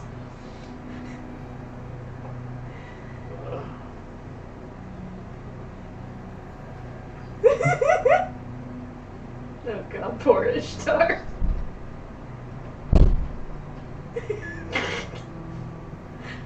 With Sebastian. Hey, but now Doc finally gets to see the library. If he's taking on a tour.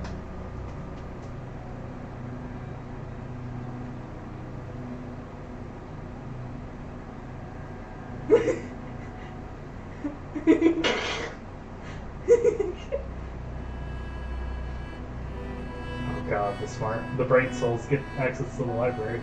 Oh no. Chuck just stands in the door and absorbs the energy of the books.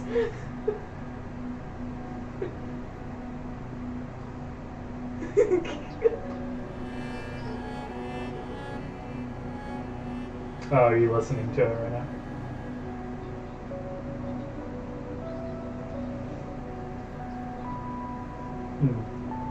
Wonder if it's Twitch then.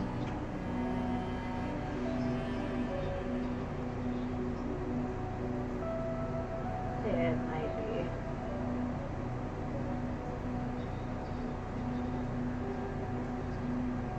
Huh.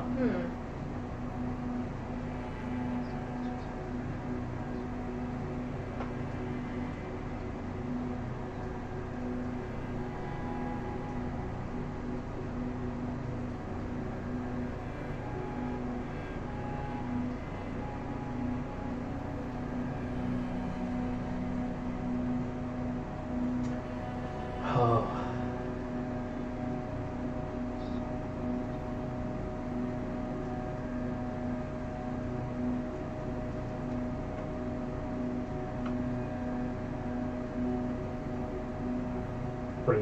Pretty harsh.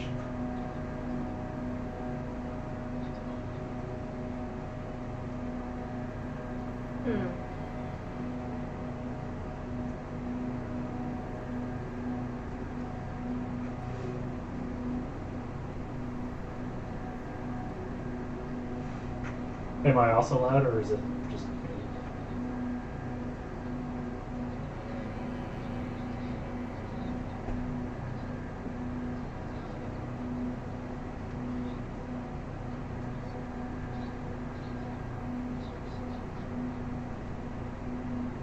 That's weird.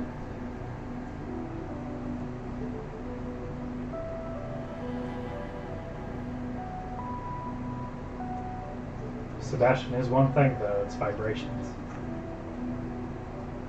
Not really.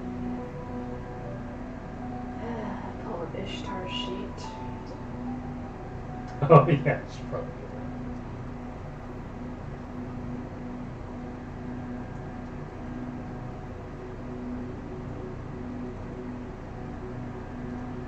I have to play two face characters. Alright, here we go. Track back and forth.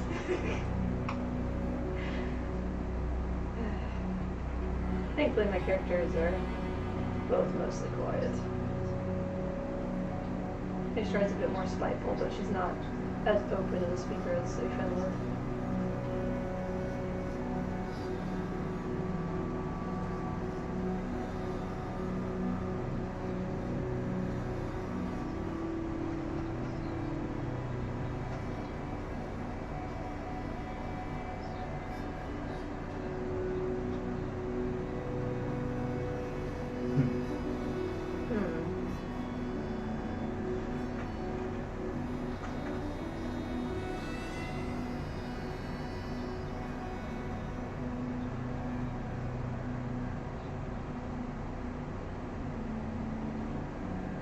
It does have his OBS up right now. The problem is I have no clue how to read this thing.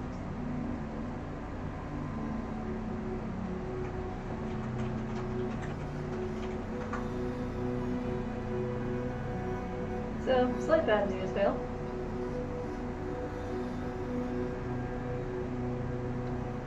Oh, they can still hear us on the break. Mm-hmm.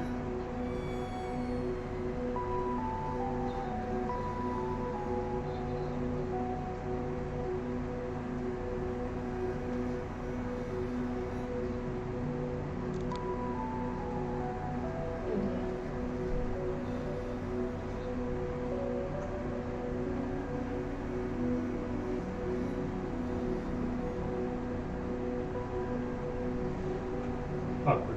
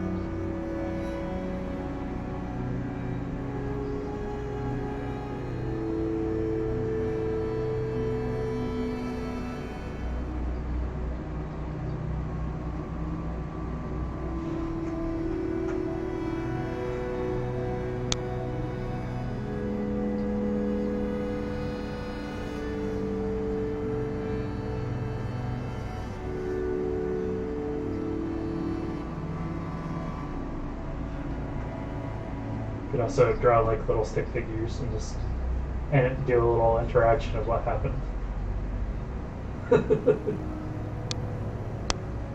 Yeah, they're cool.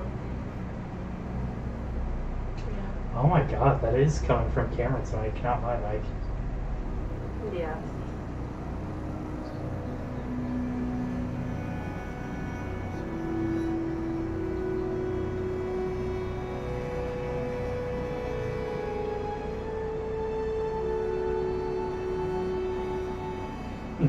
Does anyone continue for a while there, or does it eventually pick up?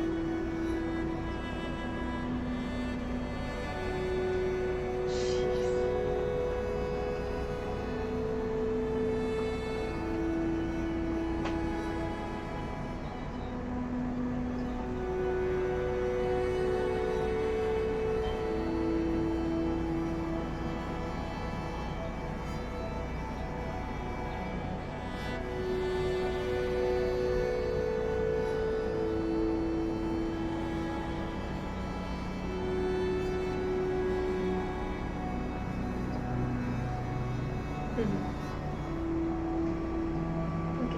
Looks like the bathroom's ready for their 6. I'll be right back.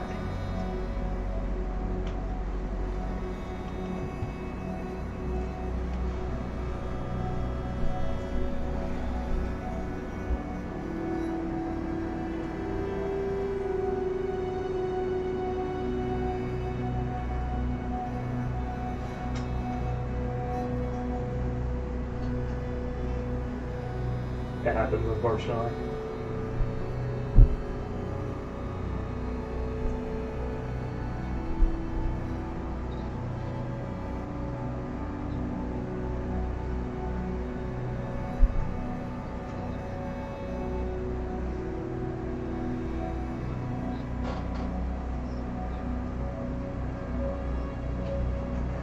I know the feel. I have to go from Man of War to Within Temptation. It's a very weird jump.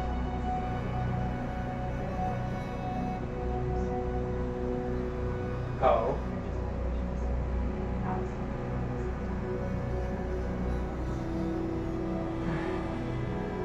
That was Don's. Don's Well, was fix it. well, that's not true.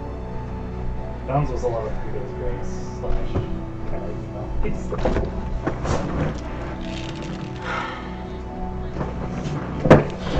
Yes, something has gone wrong.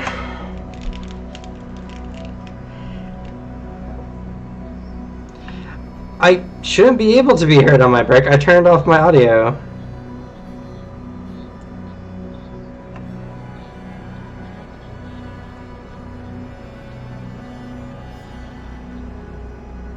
It's like your gain is set really high because it can pick me up. It's not picking up from my mic, it's picking up from yours. Wait. My mic 2 has been picking stuff up.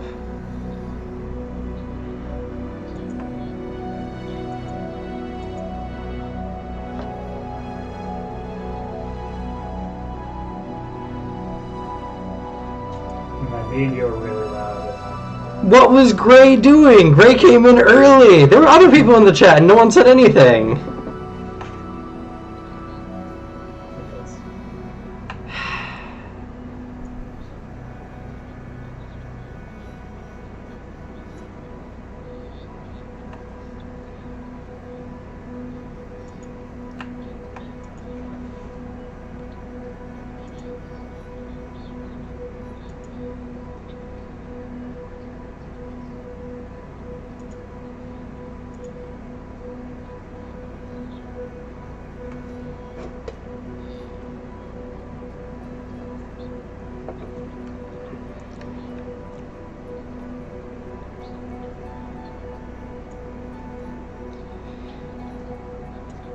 I'll just toss in a recap after the break. It's not like a lot happened. You guys left the prison of Noah. Well, that is irretrievable, unfortunately.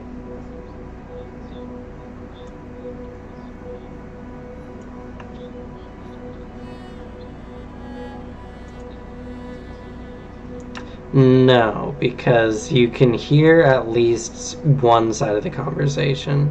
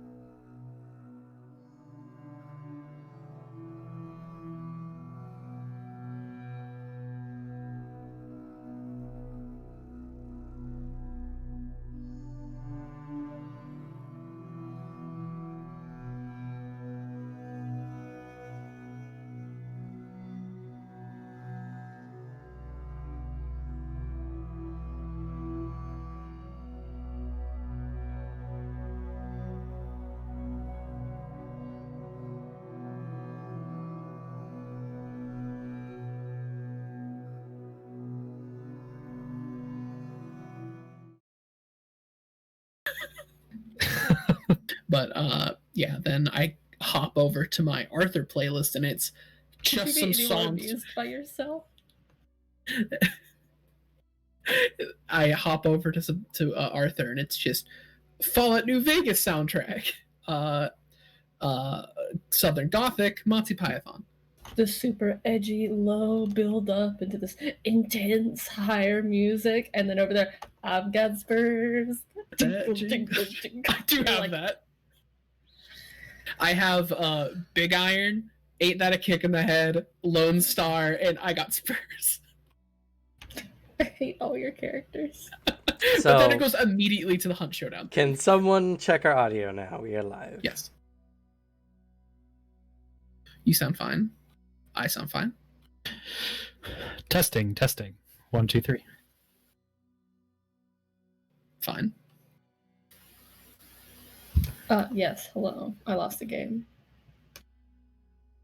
I lost the game. Mic check. Weak. All right. Everything's back to normal. Yep.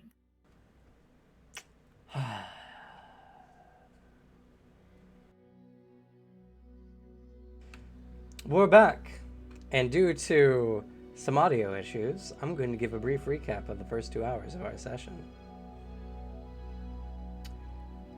The group, finally surpassing their trials in the prison of Noah, waited for their good friend Katwana, who eventually came out of the darkness, somewhat distracted and exhausted from his trial. The group deciding then to move on and to head back to the surface, not daring to test the trials of Noah any further, walked back, made fun of Ken a lot because he doesn't know that vampires are real. And because he's a glass cannon. And because he's a glass cannon, and he was given some good tips by Sebastian. And the group has surprisingly convinced Alexei to join them on their grand journey. Who would have thought? They ran into Olin Ravenwing, disguised as a street urchin. And you guys are such twinsies. I just watched both of you like on stream just at the same time. And so found Olin. He was very disgruntled with y'all for being gone for nearly a month. He managed to track you guys down. Sorry, we tripped into prison. From one of you, yeah, that literally happens. But you guys seem stronger, so he was like, oh, whatever. Then you guys decided to head off back to go refuel the station back in the peak of the world. Only to have that changed, only to have that new direction changed yet again, as you guys have decided to have the fun time of picking up the other group, our Wednesday game. And now you're all going to be on the same ship. I'm still not ready for this. Road trip. I was like gonna joke like when we started the break, like, man, I'm getting more and more dread with the idea of Sebastian having to meet Rosencrantz. That sounds awful, like horrifying for him. But now it's worse. Not for Sebastian, but for me. I'm just in my head was like sunshines, lollipops, and rainbows, and sons of Odin. That's gonna be playing the two of them. So yes, we're gonna have a fun time. And yeah, I take audio responsibility. problems. Suzanne enabled. And apparently you guys have just been listening to twice my audio and then everyone else through my webcam mic. So it's been a great day so far. Let's get the last hour and a half hopefully done correctly. I'm dead inside. Hey, Cameron, listen. It could be worse. You could be Sebastian or Jacques in about 30 minutes. Which reminds when the me, true dread has set in. early the next day, Group 2, or Group Radovan. We'll just note your groups by the Vitella in it.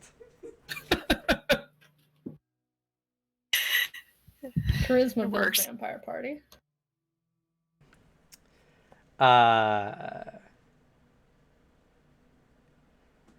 You notice a low-hanging cloud moving rapidly in your direction.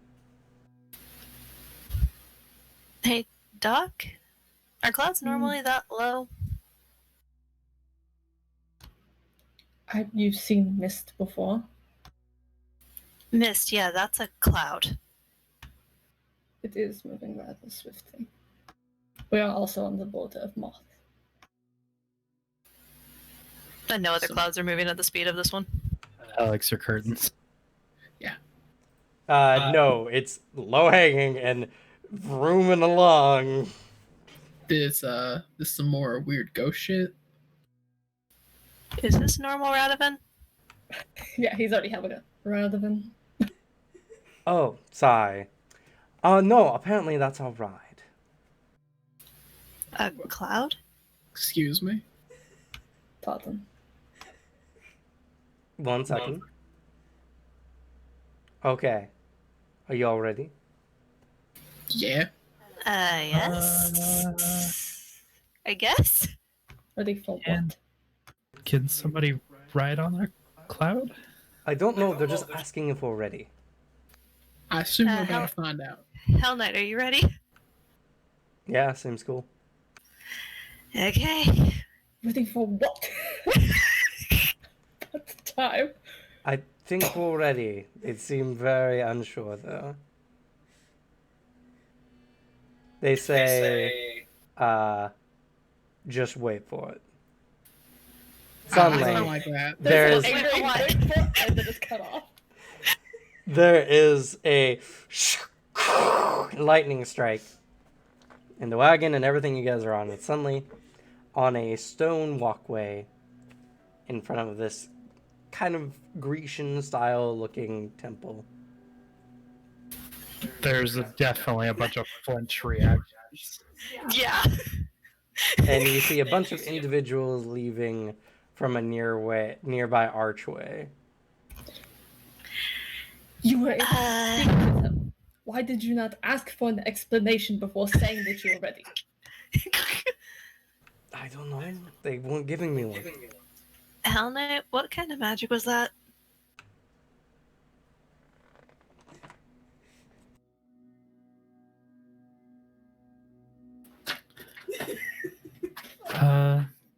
Clouds are a lot more. She kind of like taps her foot. Given the lightning aesthetic, I would say air magic.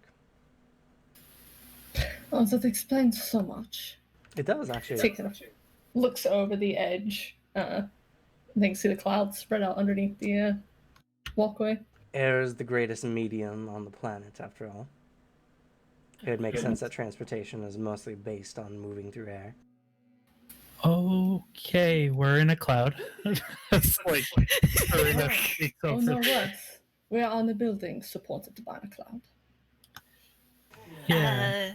As the other group is now approaching this group, and you meet yourselves, and now I sit back and I watch.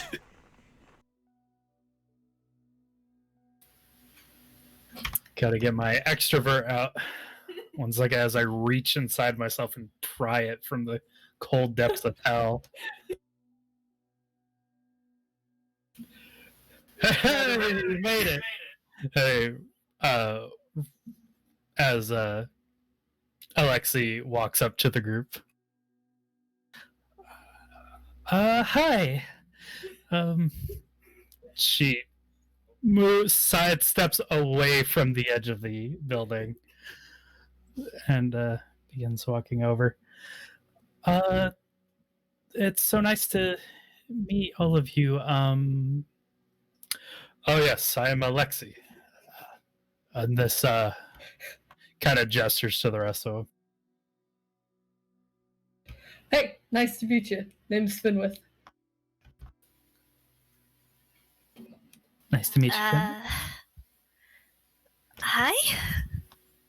Doc straightens his clothes from where they have been thoroughly ruffled by both the carriage ride and the teleportation. Steps off with a dissatisfied look at Dr. Jacques Chaponneau. Ishtar. Arthur. Anastasia just nods to everyone. You weren't wrong when you said your group stood out, cousin. Yes, he observes Finwith. You found a group of your own. Oh yes, no, Finwith is currently got the bear form on. So he's tall and shaggy and clawed. He normally doesn't look like this, but he wanted to put up a good appearance. I mean, I offered to go snatch one of you guys on the wing, but Anastasia said you guys probably would have a bad reaction to that. I don't mind being stabbed, but It's not you. It's just we've had to deal with a lot of Absolute horseshit. Yeah, that's Doc one way to immediately put it. glares at the back of his head. You don't want to talk. What does Sebastian say? Sebastian says fucking nothing. He sees a bunch of people. He sees a literal fucking child with them. These people mean nothing to him. To be fair, at this point, both of them are, Ishtar's 1920, Serena's Yeah, 17? 17. That's her. Yeah. So they're not, like, tiny. They both... Yeah. Oh yeah, and in the late teens, surprise, mid-20s. Ishtar's scales are still up. She didn't have time to prepare the spell to cast it, so she's still got her scales on. He kind of, like, gestures at all the fur and hide and's like, nice. Do I have something on my face? Yeah, like the horns and stuff. Scales. I'm sorry, we didn't get your two names. Gestures to Anastasia and Sebastian. Anastasia stands up, straightens up, gives a formal bow. Anastasia Sorbonne, youngest of the Sorbonne household. Okay, so with the cousin and this whole Sorbonne name, you've got to be the one that he's been talking to. Yes. Radovan just is watching Anastasia, unsure. Anastasia has a summon off, so all emotions are visible. It is currently daytime. Is the light coming in through on the platform we're on? Yes, they're open air platforms. Okay. Okay, then he has the helmet on slightly, but once they're in, out of the sunlight, he'll take it off. Yeah, Radovan's just wearing a big sun hat. Oh, right. You're like him. Shade, maybe? Sure. And as for politeness, this selective mute is Sebastian. Oh yeah, don't worry about him. He's just kind of an asshole sometimes. Just stares all. He's currently analyzing every just thing he can with this party. He's a lot nicer than he seems like, isn't he? Yeah, he even gave somebody advice without being asked. It's crazy. Does like a knowing look towards Jock. Shock pretends you don't look at him. He refuses to honor that glance. The more Sebastian stares at Ishtar, the more uncomfortable she looks. It is like he's reading your soul. Yeah, she's very uncomfortable. She does not look. The scale. Radovan just places his hands on Serena's shoulders and just makes sure she doesn't get too close to the psychopath in the corner. Sebastian's still staring at Ishtar. Just the scales. What do they do? Huh? Oh, yeah. Before we start talking about each other's bodies, let's get inside and comfortable, shall we? He takes his second daughter and moves them into the house. Into the temple. Oh yes, and before I forget, I'm a little out of my elements, but I am Radovan Rosencrantz. I guess as Anastasia would put it, eldest son of the Rosencrantz family, bows. Nice to meet you. Waves with a big old paw. Well, seeing as he's in one piece, I'm going to say thank you for watching after my cousin. Well, I mean, he puts back together pretty quick, but done our best. I see. Just looks. Gets inside, takes off his sun hat. He's wearing his normal extra outfit and his long hair. Anastasia has like a thought in his back of his head. Definitely not what my brother described to me.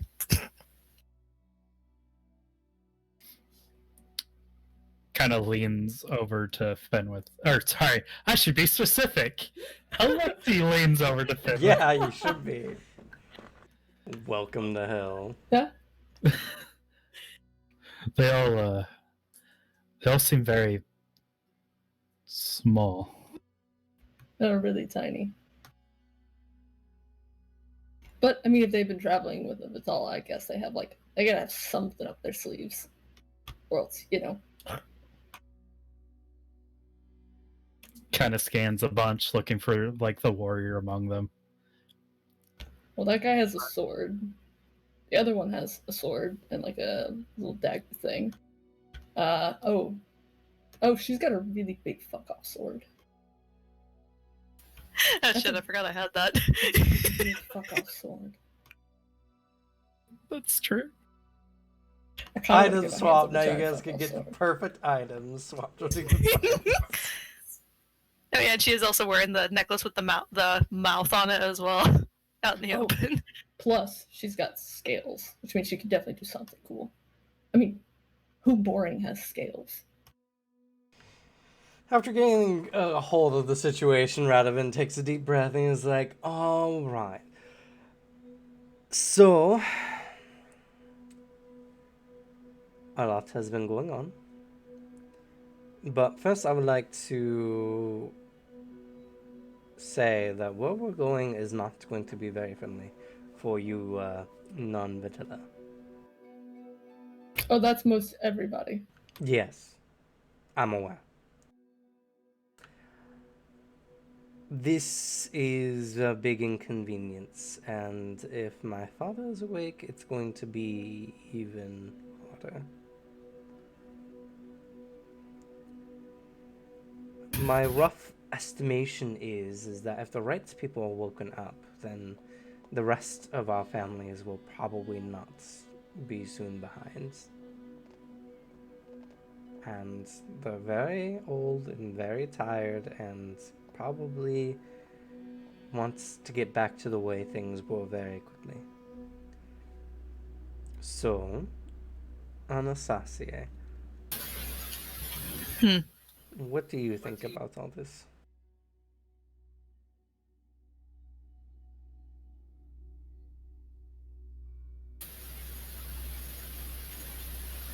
I honestly do not know what to expect. The Amadeus is up. Who knows? I don't know his position in the family, though. I do know that my mother is awake, which means anyone else in my family could be awake. I didn't hear mention of any of your family being awake, though. Considering the sheer amounts of Vitilla up, I would not have to wager much of a guess that my father is probably awake. Even if they did not wake up themselves. You mentioned that they could be woken up with enough blood. Yes. And my father is quite adept at utilizing blood as well. But I'm not asking what you think of the situation. I want to ask how you feel about this. I personally do not like it. Oh, why? I unfortunately have not seen whatever changes you have made to the city, so I don't know how much has changed. I was up well before you were awake. So I don't know what would change too much. I personally do not want to get chained back into a family where I have to just sit and wait. But that's my personal issue. As to how much they will uproot stuff, I don't know if any of the Amoros are up, and I don't know how much trouble they would have caused if they were up any earlier. I'm glad to hear that you're at least tired of the way things were, it sounds like. Definitely. Good, then the rest of you aren't not to be bad people after all. So, I told you should have been more specific in your calls. He thinks we're bad people. Do you know how hard it is to keep a conversation with you and talk with my cousin? Oh, trust me, cousin, I know the feeling. I know, I heard you talking to everyone else on your end the first time. Awesome. You weren't elaborating. Like, at all. That's the exact issue. Thank you. Like, it's just a lot of, like, be quiet, I'm asking questions. Like, just nothing I can go on there. I'm just more curious now. Robin kind of steps front and center, and he says, if my cousin has not been clear enough, then let me do it for him. My name is Radovan Rosenkrantz, and I wish to create a place where Vitella and mortals can be together with little issue. And I guess recently my plan has been expanded upon further. Recently, I've been getting in contact with members of Samael, and I've been discussing the possibility of establishing somewhat of a new kingdom for those who are less human looking.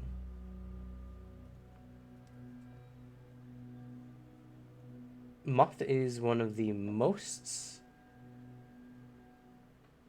least affected by the Inquisition.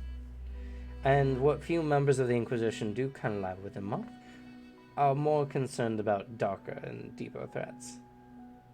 And after speaking to various members of Samael and seeing that a city has had some success with coexistence, I've been asked to try my best to make preparations for mass exoduses from various non-humans and non-human sympathizers to make way. This has a variety of advantages, I believe, for the Vitella, but they have to get out of their old ways and acknowledge the fact that they're not going to be the only ones with some sort of power. So, I was planning on going back and establishing as much as I could before my father awoke, but if that's not the case, then we're going to have to take more drastic measures.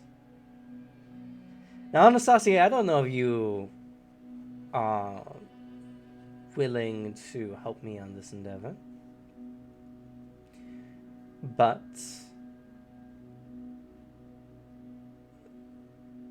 it's going to need everyone who can assist. We're also going to have to get the 11 bloodhouses with us on this. That's quite the feat you're attempting. I'm aware. But the world is different than when we were awake before the Great Torpor. So, maybe some of them will acknowledge that.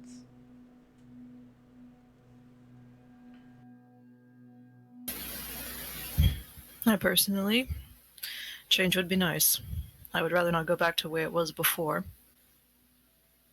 And I do have a duty to serve the house, and that means making sure that a member of the family is safe. Well, as safe as I am from my father's retribution. I'm sure Malia has told him, if they're awake anyway, everything that happens before.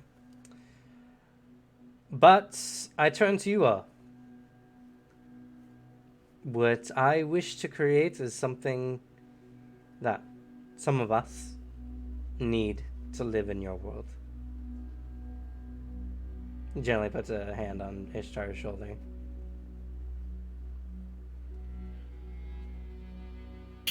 So I humbly throw myself before you. Will you help me in my plight? I have nothing to offer besides large amounts of money. Oh, well, I mean, I don't really need money. I already promised Anastasia that I'd help him with his family if he comes help me with mine. So, no, sounds nice. And it's kind of just like, get the whole cafeteria if you do get a bunch of people in. The other races. He smiles. That's a part of it. What are the odds of a fight? I was Incredibly going to high. ask something similar. Definitely in. All right. Not that I'm gonna try and start one. I already had that talk with Anastasia. I've having seen Anastasia in a tournament recently, I am very excited to perhaps fight more Vitella. On even neutral grounds. I travel with this group, so I will assist them, and in turn you. However, I do have a question in lines with what Alexi asked. Sure. How much violent pushback do you expect? Cousin, what kind of people are you traveling with?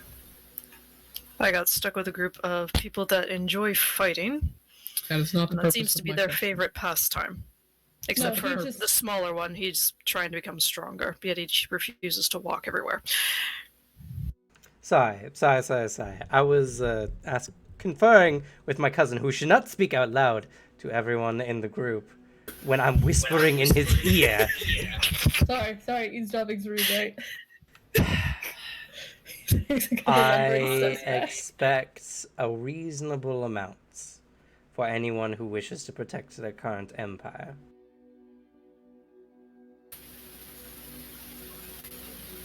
Sebastian looks deep in thought with all this. If it is of aid, he points to Sebastian, he is very useful. Tactics are his strong point. Well, Listen, even if they don't fight. please, Maybe everyone, learn some we cool do stuff not from want to kill our families, alright? I would prefer not to, but if you them. need No, someone this to isn't a burger strategize, thing. It's just fun. I can plan through non-lethal routes or diplomatic routes. I just need to know what I'm working with. If you're someone of diplomacy, that would be handy. I'm Alright, not. you know what? Before you start thinking about what you would like to do, let me give you my plan first. Shock's had his entire face in his hand this whole time. Ishar's just sitting straight backed, not relaxing whatsoever for this conversation. Arthur is confused. He gets the whole okay vampire bit, but he's also like, the moment everyone's like interested in fighting, he's like, all right, I get that. Neat. That's fair. So, we're going to have to divide and conquer if we're going to do this. And of course, I assume if we are dividing, at least one Vitella per group. No. No? Serena, do stay away from the freaks over there. They seem energetic, at least. He just, rather puts a hand on your shoulder, and he's just like, my poor child.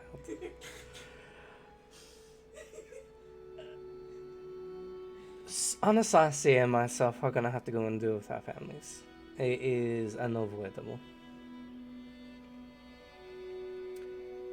So, I need some individuals who are combat savvy and willing to take on a very dangerous task to head to the first house of the 11 blood houses and speak with the Lord Evernight.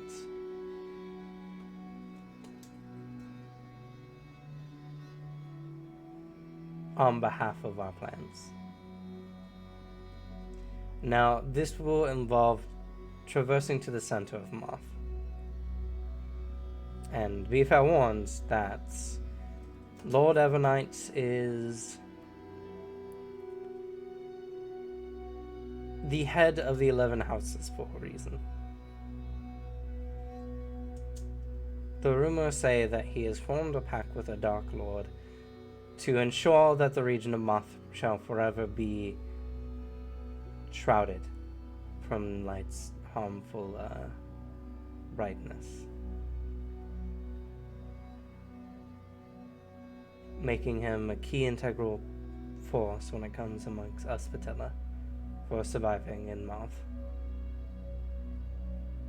If he agrees with any of our plans, we are most likely to gain significant aid towards our cause. But he must be convinced. And that does involve traveling through Gehenna to the center, which is no small feat. Yes, you with the furry arms. Are there demons there? I'm sure there are plenty, yes. He That's usually immediately the part. turns to Alexi with a hand up for a high five. High fives. Looks like we have some volunteers. I also need a small group of individuals to go to City Rosencrantz. Those who can keep more subtle in their workings. And work with some co-conspirators and whatever members of the families that I can rope together for our causes. I have a contact within the city who can help. But it would need people who are capable of keeping things on the down low. Probably a smaller group as well, about 3 individuals.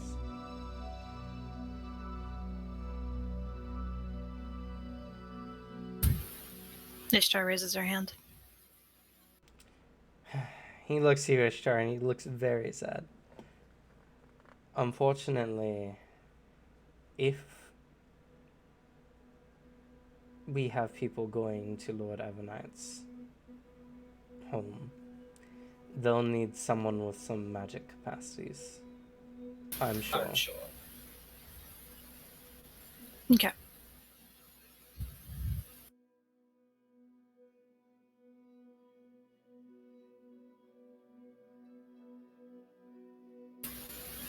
Well, then should Arthur go as well? I mean, going into the middle of Gehenna Forest, like, I can shoot a ghost. Like, and someone who can fight, that's me. Just to make sure to bring salt. Finwith immediately lights up, and Jacques just. Ugh. Luckily, I got some. See, what the fuck did I say? That's I what told happens. you. I That's what told happens all of y'all. after you get like circled by a bunch of ghosts that just staring at you. You gotta. Salt. Yeah, I learned my lesson. It seems we Chuck have just our group sighs. A. We have Finwith, we have Alexei, Arthur, and Ishtar. I'll probably also send Mr. Hellnet with you all to make sure you have everything you need. What can you do? Oh, I'm a necromancer. Oh, okay. Like that king guy.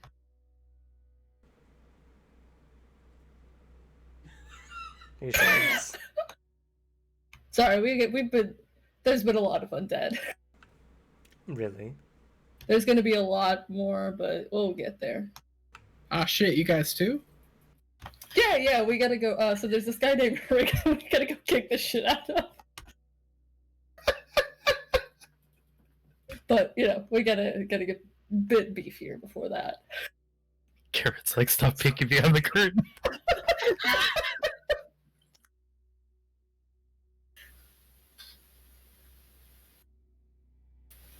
Whole castle of them. We're finding a fancy necromancy book, so. Oh, shit. That sounds like what the guy would have, but I don't know. I think he just can kind of do it. Olin would know more.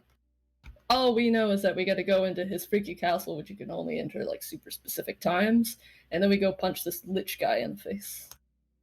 Shut he can't up. spit out a whole bunch You're of not acid. talking about Herlam, are you? What? Ringham? Whatever you call it? Ringham. Some northerner name, yes. Yeah. I like your friends. I detest them all.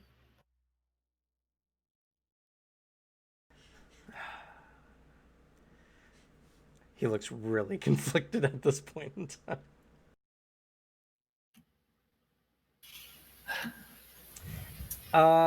You know what? Let's do this. Team A, you all can get to know each other and see how you, what you can do, battle plan, and get ready to head off into the Gehenna Forest.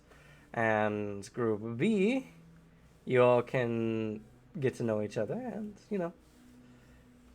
see what we're going to do. And my cousin and I are going to be heading home, so I guess we're also a part of Group B in some loose sense. Hey, short stuff. To whom are you referring, giant man? We're all short at this point. You say to someone, I mean, to you. You say and half the room turns to look. I suppose scrawny would probably be a bit more fitting, but yeah. Big man. What's up? What a fight. Now listen. I As told you interested as I am in weird all Radovan. that, I do warn you, I can't fight non-lethal. Like with what I can do, I can't hold back. The goal is Think to learn about each it, other's Jacob. abilities, not kill each other. I can show you what I can do, but I'm not gonna shoot you.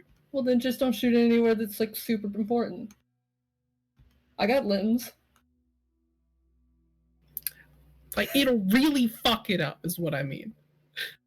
I'll really fuck you up. I mean, if you want to spar, if you don't feel comfortable with that, I'm not gonna make you. I regret my decision already.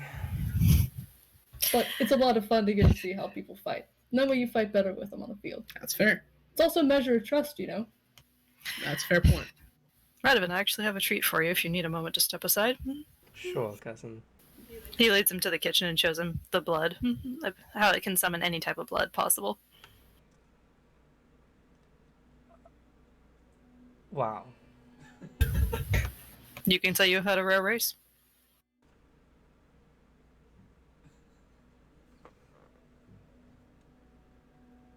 Cousin, I did not know you were in for the high stuff. Jeez. You never struck me as the kind who sought exquisite tastes.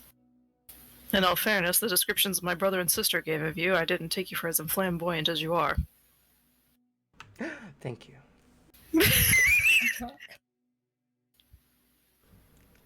Would you say that after removing the yoke of my father's gaze, I found myself more clear?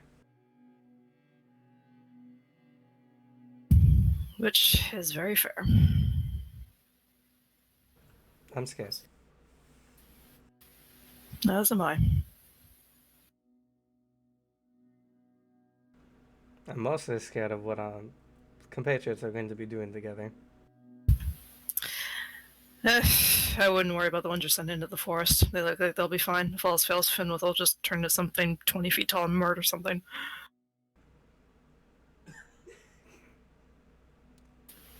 Oh yeah, he has the ability to use the skills and shape of other animals. He's fought. Interesting. Well, one of mine shoots guns a lot. Where the heck did you find that one? He found me, strangely enough. Go and have a gloat off with the parties you started.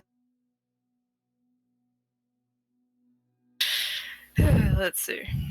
We had an archer in my group for a while. He was a shapeshifter of some sort. Werewolf, I believe. No, it was a...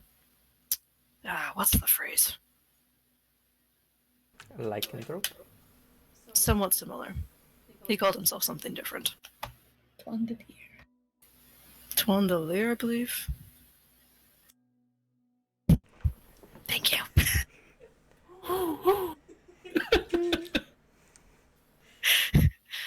This is Twandelier. Sebastian is interesting. He looks Thanks. interesting. He's very strong mentally, not as a fighter, a physical fighter. Oh, I'm sure he'll get along with Jacques then just fine.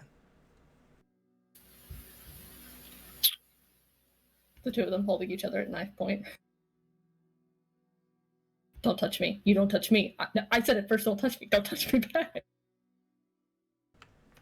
But not a word said. And what of your group? What makes your group interesting? Well, Like your chump change. one's... I want to say she's half dragon, but I'm not sure. She has scales and it gives her some attunement to magic. Then I have the sweetest little buttercup known as Serena, who is a ray of sunshine in more ways than one. Is that the one you put your hand on first? Yes. Okay.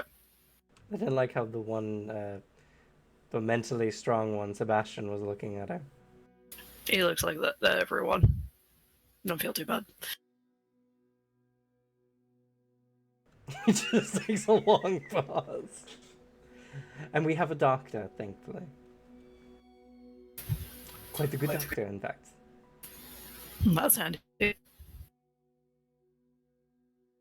Though I don't recommend touching him. He doesn't like to be touched.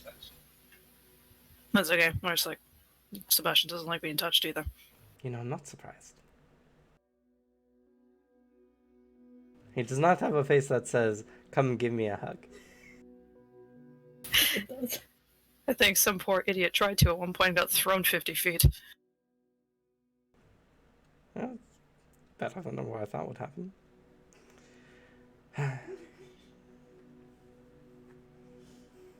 So Group A, Finwith, Alexei, Arthur, and Ishtar, and Richard. Kind of looks at the two people that are replacing their two people.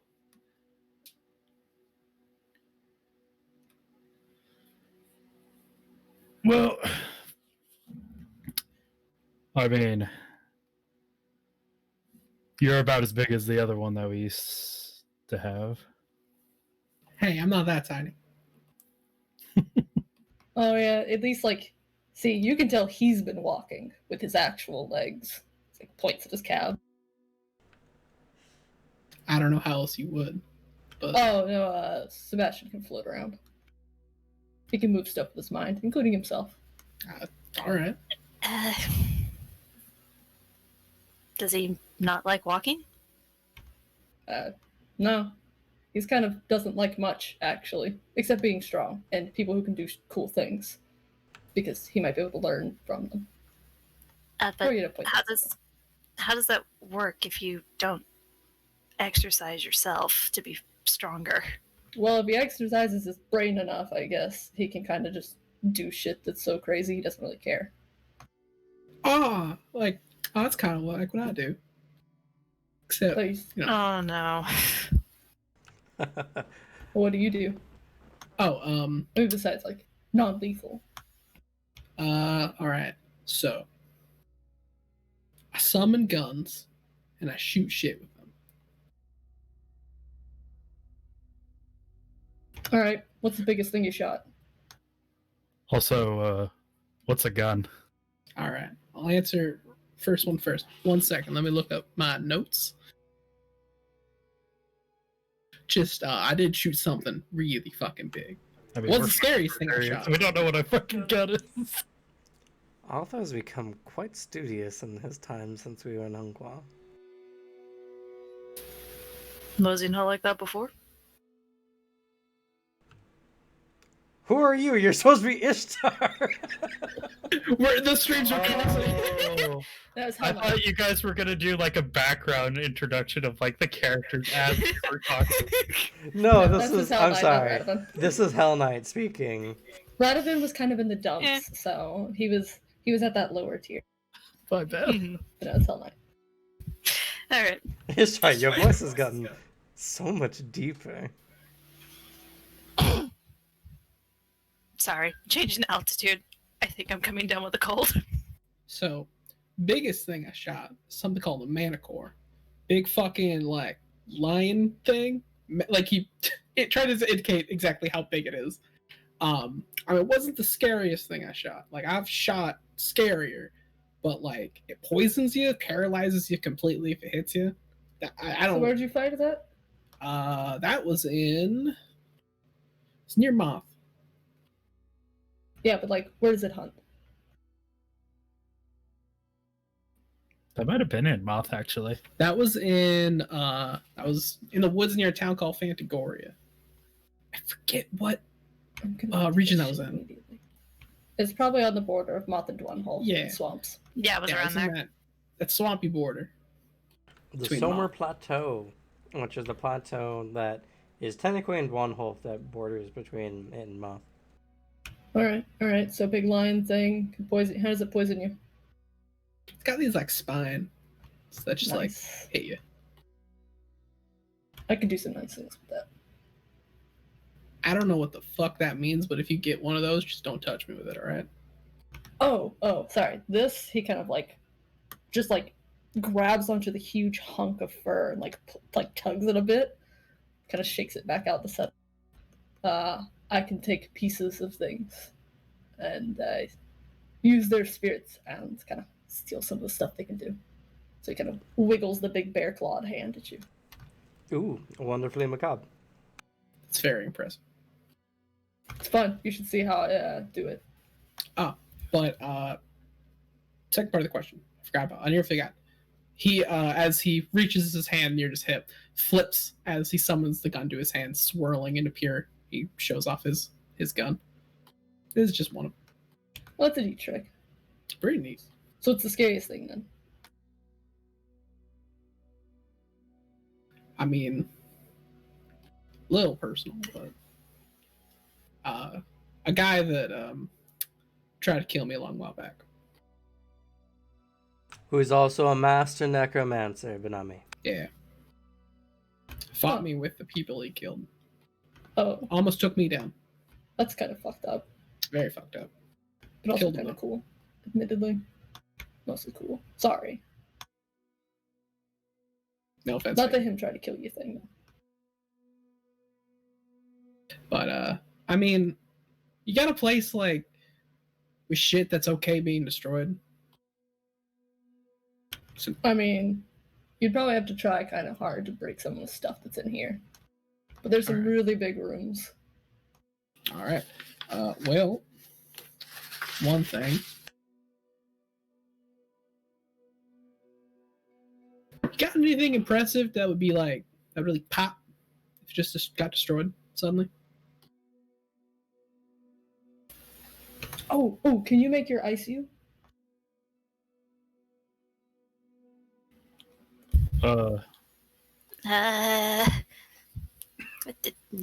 Not here. Somewhere else where there's no other targets.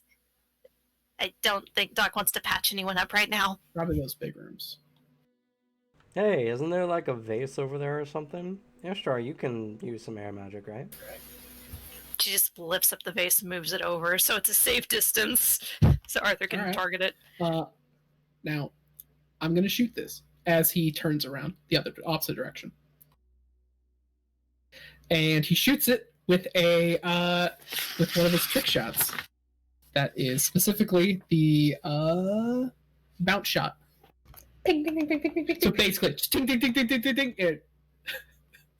The vase has to make a 240 defense roll. I don't Notice- think it can see do it. that. The vase is surprised. But What is after the defense of a light laden base? It has a damage barrier of 5. do I need to roll to hit this thing? Shut pieces. Yes, technically, because you can botch. Hey, you could shoot Finn with, and then he'd go, well, that did actually kind of hurt a little bit. I didn't botch, but I was kind of close. Damn it. As he got, let's see, say 200, 205 plus 8. So yeah, over 200. Shatters. Well, that's neat. So you don't have to even look at him? I don't want to. Also, yeah, I can shoot in a way they don't see it coming. But I can also just shoot them straight on a lot. To the point where they just kind of don't exist anymore, physically. Ooh, you can just turn somebody into paste. Pretty much. Which is why I don't want to shoot you. You seem like an alright guy. I can turn into a lot more than this. But fair. Maybe And, maybe one shot. Just- If you really wanna. Well, I'll show you what I can turn into, and then you can decide. Alright, I'm intrigued now. Maybe not out here though. and where do your guns come from? Oh, it's all key. Ah, Oh, Key! like kids, Slaps yeah. him on the shoulder. Key, I understand. Ah, you also use key? Yep. As he, all of a sudden, a suit of ice armor appears over the top of him. It's pretty Richard fucking just rad, man. elbows his turns like, look at the jocks. and we have to travel with them. Mine's not key though. I actually use magic, but He it's shrugs. shaman. I don't know what that means. Oh, you're one of those. Wait. Essentially. Wait, what? What do you mean? Oh, you've never heard of shamanism? Oh, well, obviously you haven't. You're living in the boonies. They are individuals who typically use some kind of physical medium to channel magics. Yeah, my totems, he kind of like pats the bear skull pauldron. This is the one I'm using right now for this. The eye is from the Kongsbjorn, which is a great bear. I've got the Arctic Chimera, kind of plucks at the strap with the fangs on it. Wolf, got lynx, owl, It's got crude the magic, true but it Cerberus works. now. I said it's crude magic, but it works. I don't know if that's supposed to be an insult or not, but I can turn into a 20-foot tall bear man and kick the shit out of you. So Okay, now I need to fucking Unfortunately, see that. this Should be is nice. this unfortunately is my teacher, and I have to warn you, he is a bit of an ass. Oh, Oh, I'm yeah. not a it's bit of an okay. ass. I'm a not big actually ass. mad. I am so sorry in advance for what you have to put up with. I'm not. I'm not putting up Also- with anything. I see that you can lift the vase and you have a big sword. Do you throw that sword or? Uh, It also That's said not it's got how this- totems on it. yeah, this sword is she like struggles circles to around. lift it. She struggles to move it off of her shoulders because of how heavy it is for her, because she's not strong enough to wield it. Can I see? Holds out huge bear paws. Sure. He like takes it and you can see like a little bit of a brace to his hands as if he's expecting like a great weight. And when you put it in there, just like small like polite cringe as he kind of like picks it up and just tosses it in his hands a little bit. Alexi kind of like observes the sword as well. It's just like, It looks like a terrible fucking sword. It's like made of bone. It's got feathers sticking out of it in weird places. It doesn't look very optimal for combat. oh, would you like a better sword? This doesn't look like it could cut anything.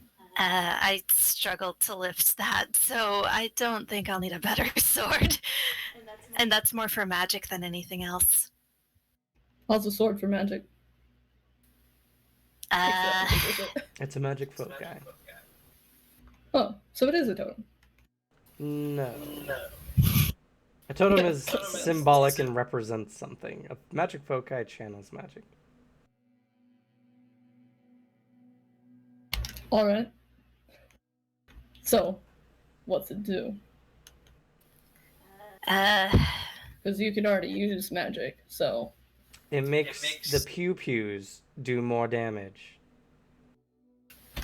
I believe he asked so. me.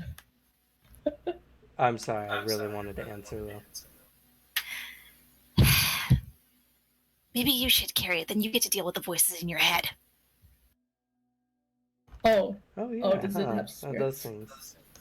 Yes, it does. It constantly gives me concepts in my head, and I'm sick of it. is it possessed? You shouldn't carry around stuff that has bad vibes. I don't know if it's possessed or alive. Mm, It's.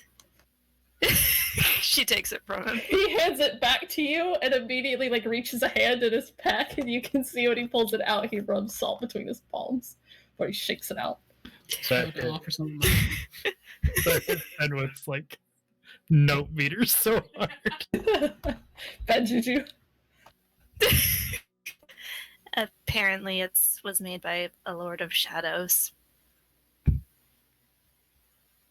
He just nods. Blank expression. Yeah, so I just use it for the magic and put up with the voice in my head. You should be careful. I don't listen to it attentively. I just try to ignore it. It's very weird having a voice in the back of your head. There's just an uncomfortable low bassy rumble that just kind of rattles out of Finwith. So, you could turn into a 20-foot tall bear.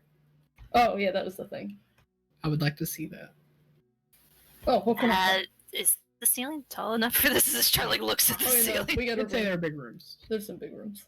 All And right. holes. So as you guys log out to do that, Group B. All right, let me switch music. Gotta get into Sebastian zone. Well, I look forward to working with all of you. Oh my god, she's stuck with all the angry people. Holy shit! Yeah. Poor Serena. Oh no. I just realized it's fucking Anastasia and Chuck. The It's worst part, the Anastasia, who can actually I'm up act on my own. polite, It's just isn't the there. three of you. He's with Radovan. Oh, that's fair. We Okay. just have the two assholes. Well, I guess it would be, me and Chuck are very excited to work with you. Shock does not look excited. Granted, I haven't really heard you talk very much, but I'm sure we'll get to know each other just fine. What can you do? That's kind of a loaded question. Well, I can provide healing, if necessary. Actually, Jock is a doctor as well. I mean, supernatural. You obviously are powerful. You're traveling around like this. You're going into Moth. What can you do? Battle wounds. Well, I can heal, as well as I can actually produce. I can produce light and beams and shields with my mind, as well as With your mind. yeah, and increase the physical capabilities of myself or other people. I can also lift objects and send them flying at people. I can also fly a little bit. You can do multiple. Yeah. Because I can only do the lifting with my mind. Oh. I'm a telekinetic. Shox just pulls out a book, flips it open. We're also Because all it's the stupid. psychics. I also find that hilarious. Yes, we're all the psychics. Oh, well, I found that if I specifically focus on something that it's a little stronger. Have you come to that same conclusion, or? I will things to happen, and they do. How can you do multiple? I was under the assumption a psychic could only pick one thing. I'm not really sure. It's just kind of tools that I've developed to help everybody survive if I can. A lot of the progression of our party has been based on utilitarian needs.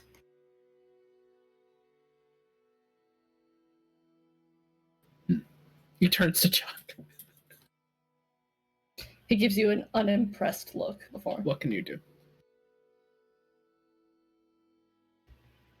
I would advise against any type of physical contact with me. I would advise the same with me.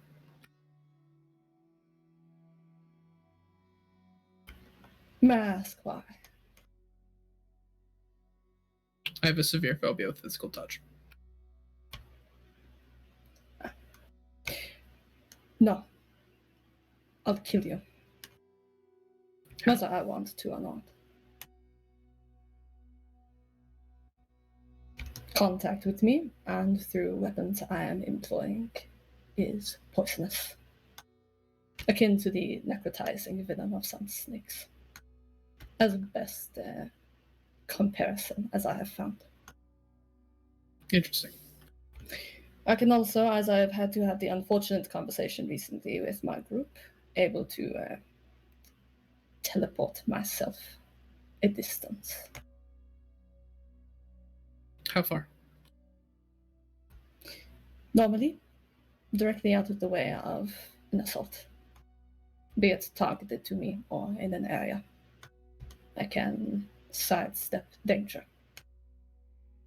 Though I can teleport farther, I've not found the need. Understandable. Mine is also with, I suppose, mental acuity, rather than their key or magic. You are also psychic. I suppose. I do not employ the same amount of curiosities as Serena. He's also very good with a sword. Good to know. This will all help. I simply need to understand what you all can do, the capacity of what you can do, so I can properly formulate a strategy later. So I can best use your skills. That is my skill set. Then you will likely want to ask after all of the equipment we also have. We have a few items of other use, some of which are not useful to us. I would like to look at those. Serena takes off her pack and starts digging through. Which I can look in the general chat, or the Anima game chat. And if you have any questions as to the uses of the other members, I do have my own personal notes.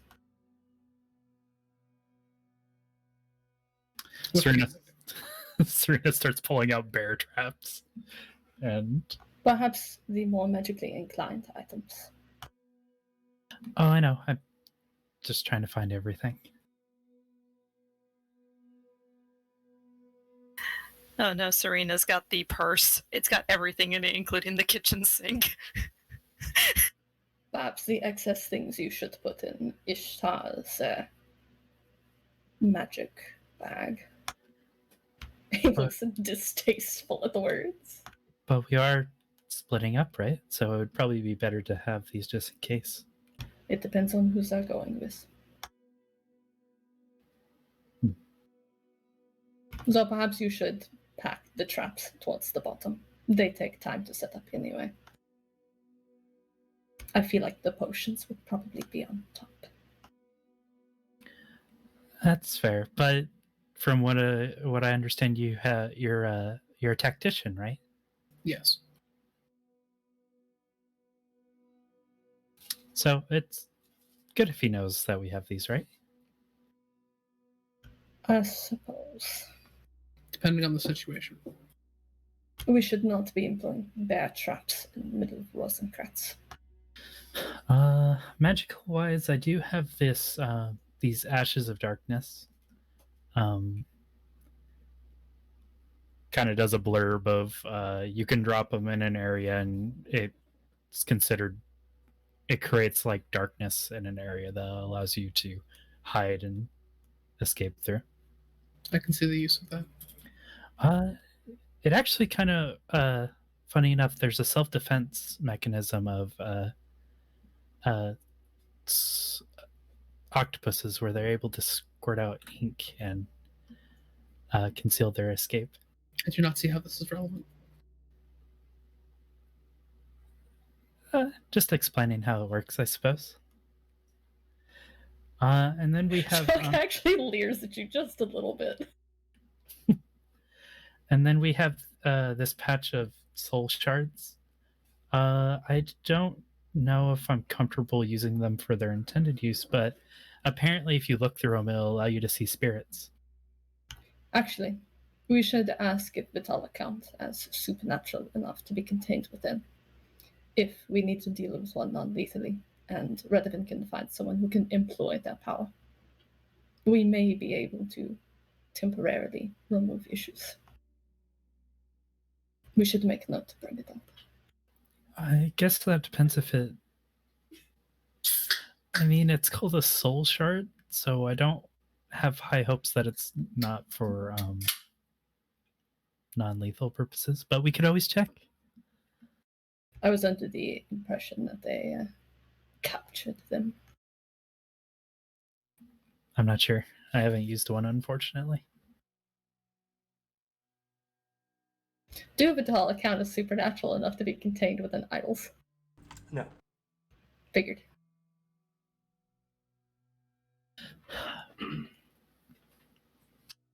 They count as supernatural enough for Inquisitor weapons, though. Depending on the weapon, but usually no. Yeah. Oh, cool. Lucky them. What about you, Sebastian? What can we expect from you? I'm a pure telekinetic. I can lift myself, others, and things with my mind. I can manipulate things, and I am a tactician. Okay. I'm only able to lift like kind of smaller weapons and the like. What about you? I launch weaponry at people, as well move people around in a battlefield. Cross. But I would assume effective. Very.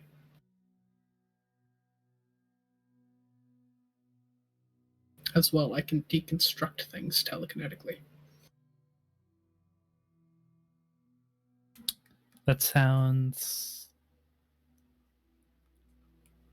possibly good. I have yet to use it on a person, however.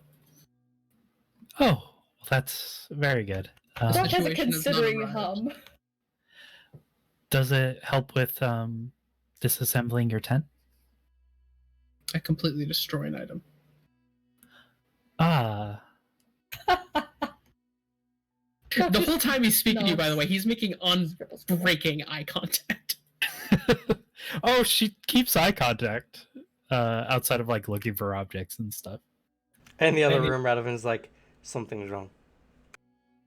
Admittedly, this is probably the closest Doc has ever like idled near anybody, as he is just slightly in front of Serena, like off to the side, so she can still clearly be seen.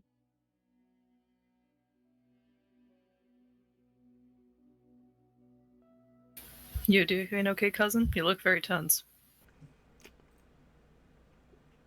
I just feel like someone I care a lot about is in trouble.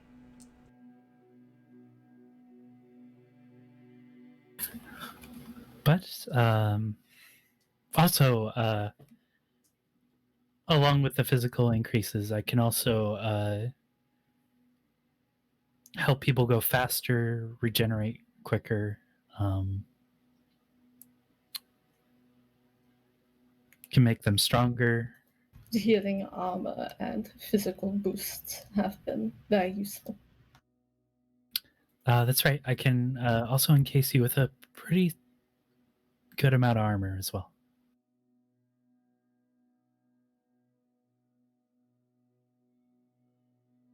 Everything you've said, it sounds extremely useful.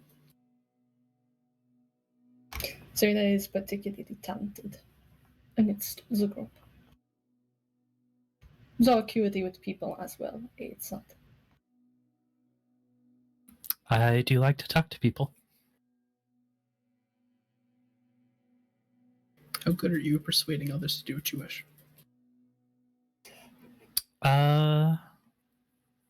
Jacques has a distant look to the middle ground. How Sighs. manipulative are you? I wouldn't say that manipulative. Tracing back to all the things you've done in the past. Oh no, am I a terrible person? The amount Uh, of discounts you have gained is heinous. You made friends with an Inquisitor too. yeah, I wouldn't say that I persuade people. I do make friends with them, and they tend to be a little bit nicer when you're a good friend of theirs. Perfect. In this type of mission, we're Concern. going to need someone who can make friends. Okay. I hope to make you as a friend as well. You seem quirky. Jacques just looks down at you. Flat He expression. makes no reaction to what you're saying. But I killed Alex, so that's what I live for. Cricky. So, you guys spend an awkward day and a half with the other party. Jacques does explain what the rest of the group can do to Sebastian. in more technical words than they would give. Except maybe Arthur now. If I have to work with them, this will be useful. And just as you guys are approaching the city, the temple stops. The first group is getting ready to depart. Unfortunately, the Gehenna Force is impenetrable by most means. And because I'm sure you would all not want to be transported into a situation that would be perilous, you're all going to have to make way on foot. Now, in preparation for everything, I have been given this, as he hands over a black key with raven wing motifs on it. To whom is this given? Probably to Richard. Pick the most responsible. Probably to Richard. Yeah. He's like, this is supposedly the key to the First Lord's manor. So I've been told it should take you there. I don't know much about it, unfortunately, so I hope it works. And also this missive, as he hands the letter to Richard as well. I hope this is enough to persuade him. It is going to be dangerous. Not just because you'll be traveling through the Gehenna Forest, which is probably one of the darkest places in Gaia, but also because the First Lord is probably the strongest of all the Tella.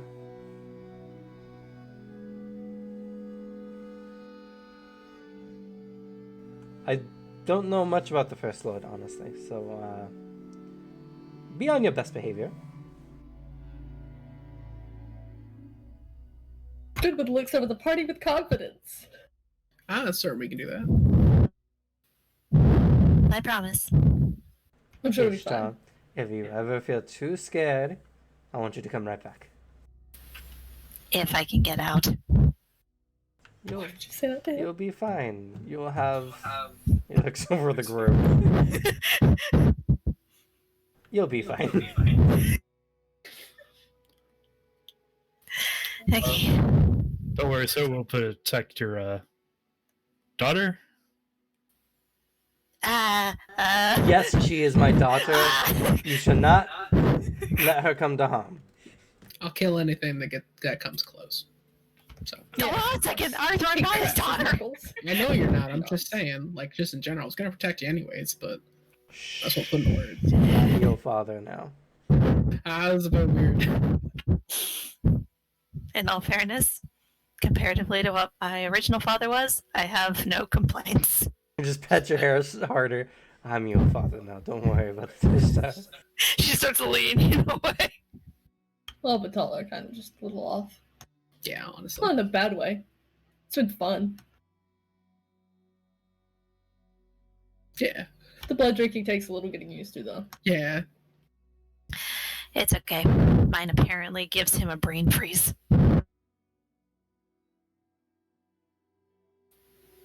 There's a little bit of ice to her words, pun not intended, because of Radaman's one comment about how her blood is different. I'm a freak. Stop.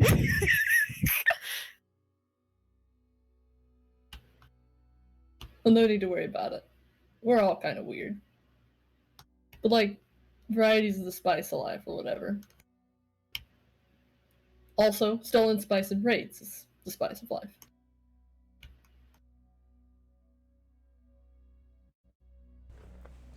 Yes. Good luck, everyone. Oh, that one comes over and motions, and you guys appear on the ground with a dark, looming forest in front of you. Hey, should we have checked with the library that knows literally almost everything from that one race for information on Moth? Oh, Wait, fuck. there's a library? It's a thing you guys got? Should Oh have used yeah, that. there's a room in there that has this weird, creepy thing, and you can ask it almost anything. And if the people who built the place knew it, they got it. That's fucking weird. They knew That all would've about been dragons, useful. which was pretty cool. Would have been useful to know before we left. Everything else was super creepy.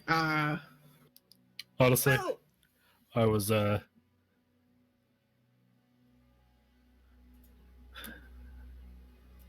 didn't really think about using it because meh.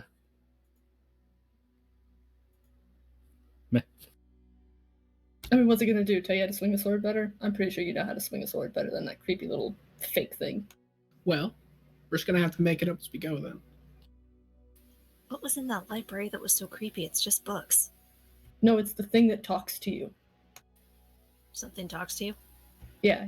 There's this fake person that you can pass your hand through. Not a machine, but kind of like that, made out of light. Huh. Okay. Probably some Deva tech from. Oh yeah, Bygones Deva. Those are past. the ones. Yes, I could tell. Huh? I'm lost. Well, Really? if you're brainy like Sebastian, you can always check it out when we get back. You don't really need to worry about it, especially you, Arthur. Alright, thank God. I'll pretend I heard about it. Shade. So you're saying I'm too dumb to go into a library? No, Ishtar, you're fine. Mm-hmm.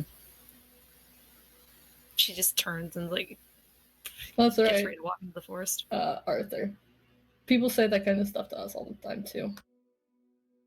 Who do they go Honestly- run into when they're in danger? Honestly, I learned to just kind of forget it, you know? And he did turn into the giant werebear. And he did beg you to shoot him at least once. Oh yeah, and he totally did. In the It was a And very it really bonding hurt. moment. His It's fine, he has bullets are 6 not layers nice. of armor. I penetrate 2 of those. Okay, he has 4 layers of armor and immunity to pain, fatigue. He went, oh, actually that kind of stung. And then you went, holy shit, that didn't blow your leg off. I can do that 9 more times. That's the best thing I've heard all fucking day. Besides the demon hunting thing. But yeah. So you guys head deep into the Gehenna forest, where many, many powerful people have gone and never returned. Well, they We'll be weren't the exception. We'll survive this. We're just, how do you say, better than them. Yeah. If we have Oh. plot armor. I got shit to do Is later. this your guys' first time in Moth? Oh, yeah. I've never been. Okay, there's some rules about Moth you might want to know. And she Yeah. proceeds to list the entire sheet of rules we were given by Geb about what not to do in Moth. If you see Half a of them? whole congregation of ghosts just walking, don't look. Oh, you don't Chase piss off it. spirits. Yeah. I mean, I just looked too long and they came after me. Looking in mirrors? Oh no, that sounds like something you shouldn't do. Yeah. No, that sounds about right. All the super weird, finicky little superstitious stuff that anybody else would be like, that's the stupidest thing I've ever heard. Then it's like, oh shit. Yeah, that sounds about right. And unlike literally anything else you could have info dumped on him, he'll remember those. The I feel rest of so the bad group for Richard. heads off on the temple and stopping just shy of City Rosencrantz.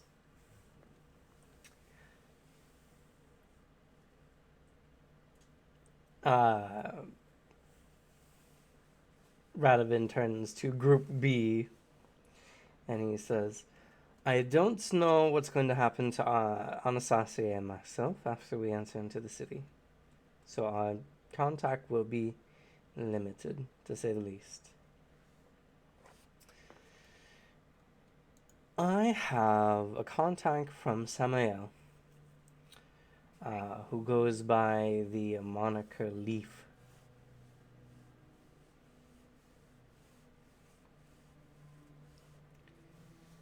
Who is going to meet you all at the oh goodness, what was that pub called?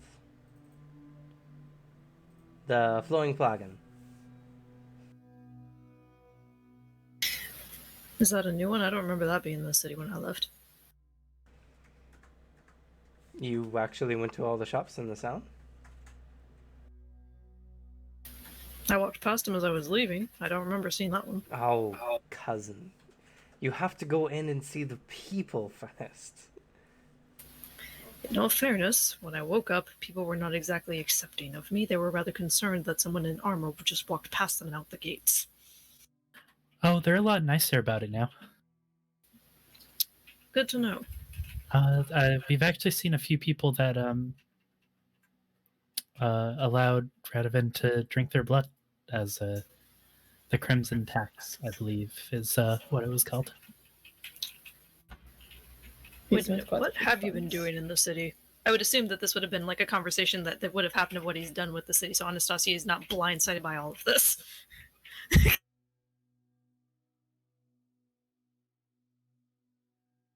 Sorry, updating notes. I'm assuming Radovan, during their conversation while the other groups worked with each other, he would have explained to Anastasia all the stuff he's done with the city. I mean, he roughly told you the first time you guys spoke. Yeah, but But yes, if you have any questions, he tells you everything about it. okay. That definitely is an interesting way to go about it. Unfortunately, managing a city is not my strong point. So I can only hope that it's for the best. But beyond what your contact has, what would you have us do? Well, it's hard. It's why the more thinkers of the group needed to be present. Well, it sounds like that you. I mean, to be honest, the only one that we're missing of our thinkers is Ischar. But it sounds like you brought. We got another thinker in the other group. Kind of gestures towards Sebastian. He's been contemplating plans with our different abilities in mind, so it seems promising at the very least. Yes. Our goals are to. We need to get the families on our side when it comes to this whole thing. And honestly, I don't know how much sway my father still holds over the families. I don't know what my father intends to do with me or Anastasia's family intends to do with them. So we're at a very hard position, and there might come a time where either one of us might become punished in the normal Vatilla way. I see. Just a shudder from Anastasia. Needless to say, you might not live long enough to see us free again.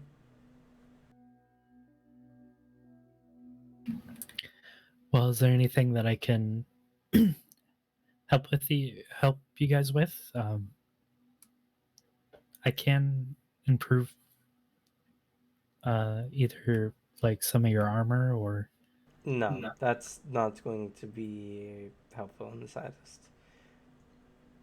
Just try your best to avoid any special notice from the Saraban family. Or the Amoros if they're out and about. There's just a lot I don't know about this situation. But I'll do my best to keep in contact and see what ground we can make, more or less. Is there any particular individuals besides the houses we should avoid that you believe would be amenable to your plans? Mostly it's just the families. The Vitella are very self-sufficient when it comes to other species, other races. We don't tend to really rely on much more than ourselves. And City Rosencrantz is a strange place where multiple families coexist in the same way. So, as long as you stay away from other Vitella, you should be fine. And since you all are mostly aware of what Vitella look like, you should be able to identify them even if they're more human-like. I'm sure. All right. But the Vitella also prefer to live in a very secluded and, secretive lifestyle, at least compared to the public. So, they won't do anything overtly public. Hopefully. Considering everything going on. So, that's at least, as long as you stay within mostly the city limits, you should be fine. But I don't know the current state of things. So, like I said, there's just a lot we don't know. Worry about yourself, Radovan. We'll keep after ourselves. But I'll do my best to stay in touch. And we need to try to win family members over to the side of growing Rosencrantz beyond its current, situation. Given that you know little of the Crow family, do you believe they should be entirely avoided? Or if we are to run into the members? I believe all of it family should be avoided. Yes. The Crow family are just the hardest to pin down. When it comes to dark magics, they are, well, more than likely they already know that we've entered into the city, and we will more than likely have an escort waiting for us when we arrive. So you all will be dropped off ahead of time, and we'll be dropped off last. Actually, Sebastian, these errands Yes. will be useful for you guys. Takes it. By takes it, floats it over. But Oh yeah, he doesn't expect anything less. For you too. You might as well know these earrings will allow you to communicate with the other person holding the second earring. It could be useful if you guys need to split off, or will go in only one person. Perhaps it would be a clever way to keep in touch with one of you. I don't know if that would be a good idea. Do you believe it would be taken from you? Possibly taken from us, and knowing my family, they would track down who was on the other end. Well, I Understand wouldn't that say points. that they would be overly aware of what it is. True. If you would like to keep in contact with me, or you could find it useful for your mission. Whatever you feel is more tactically useful. I feel like my father will be a lot more particular about coming back. So if either of us were to, I would say Anastasia would have the better chance. Depends. If you believe you have something good enough to offer, keeping in contact, then you may keep it. Otherwise, we'll split it amongst our party as needed. In the event we need to split. Alright. I'll hold on to one earring, and if my situation changes, you'll at least know what happens to me. If you need to drop it off, you may be able to hide it somewhere and inform us where it is. Until then, it will be good to have an ear inside. Mm-hmm. And Anastasia does take his glove off, and he removes the family ring. Sticks it in an inner pocket. Okay. And puts the glove back on. Would one of these rings be useful for you, Radovan, so you know the state of me? It allows us to know the vital signs of the other person. It would give me some peace of mind, but I don't think either of us are at risk of, execution. True. He kind of glances down for a moment at Serena, back up to Radovan.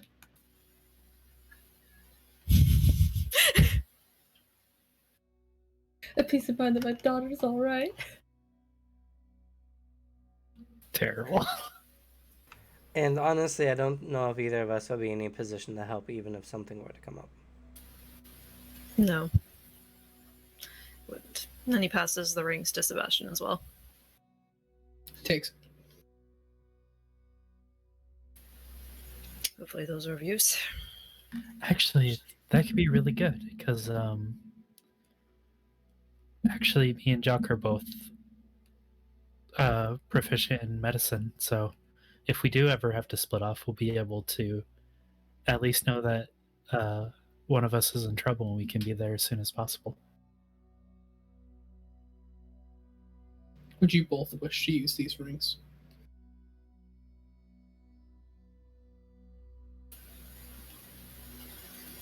Does Radovan notice that they practically look like wedding bands? No. Okay, good. I don't need him to think he's married. Radovan is the Dog. kind of person who would wear a wedding ring as a statement. If I could be honest, I think it would be good on you and Jock, actually. Devin, I'll kill you. How so? Well, to be fair, you haven't told us that you have any medical training or ability to do so, and I do not. At the very least, I can at least, well, what seems like magic, but it's not really magic. I can heal myself. So it would be more important that we know that you're down in that case. A fair point. As he puts one on. And the other floats your way. Jacques has every intention of turning it down, but realizes the alternative is Serena wearing it and just thinks. And then puts it in a pocket. The entire time he's floats it over to you without looking.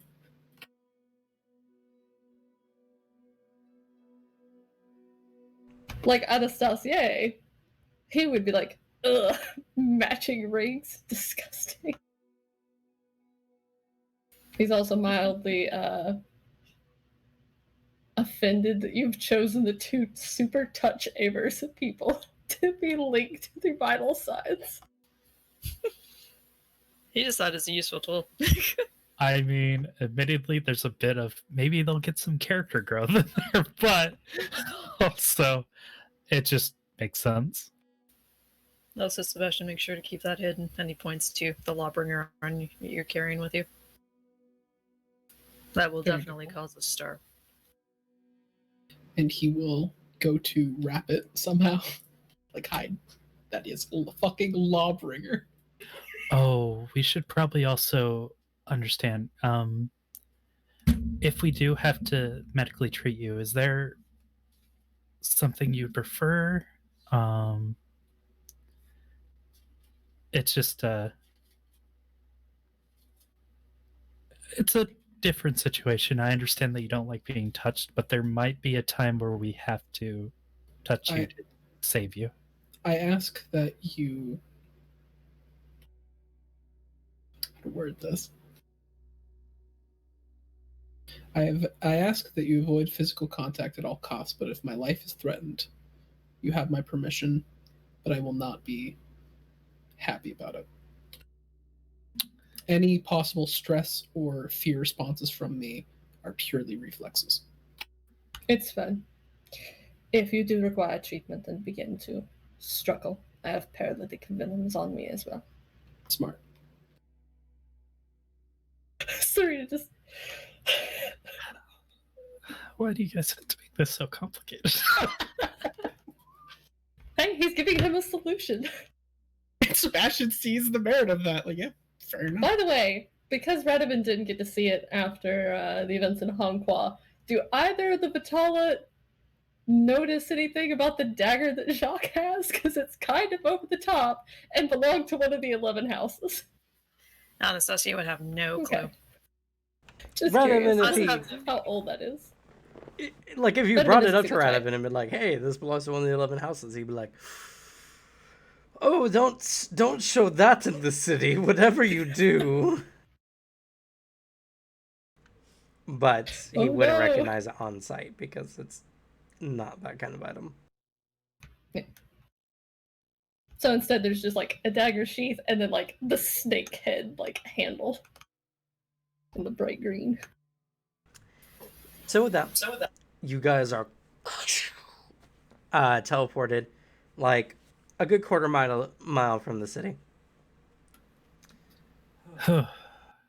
I've flown before, but honestly, I'm kind of happy we're back on the ground. I dislike how obnoxious the means of transportation are. They're not particularly subtle. Exactly. But Sebastian pointedly does not respond to you, Serena, as he is floating a half inch off the ground. Perhaps you should restrain yourself from doing such while we are in the city. I'm aware. I do not do this around other people. This is purely for my benefit. The first time, there's a small, like, somebody said something perfectly sane and subtle. And then with the final, Anastasia and Radovan appear at the front of entryway to City Rosencrantz. And there, standing before you both, are 3 armored individuals wearing the standard armor and wielding the standard weapons of the Serban family. And that's where we're going to leave it for this week. Have fun at the family reunions and us. Mm-hmm. So, just curious, because I'm dying to know this right now. Sure.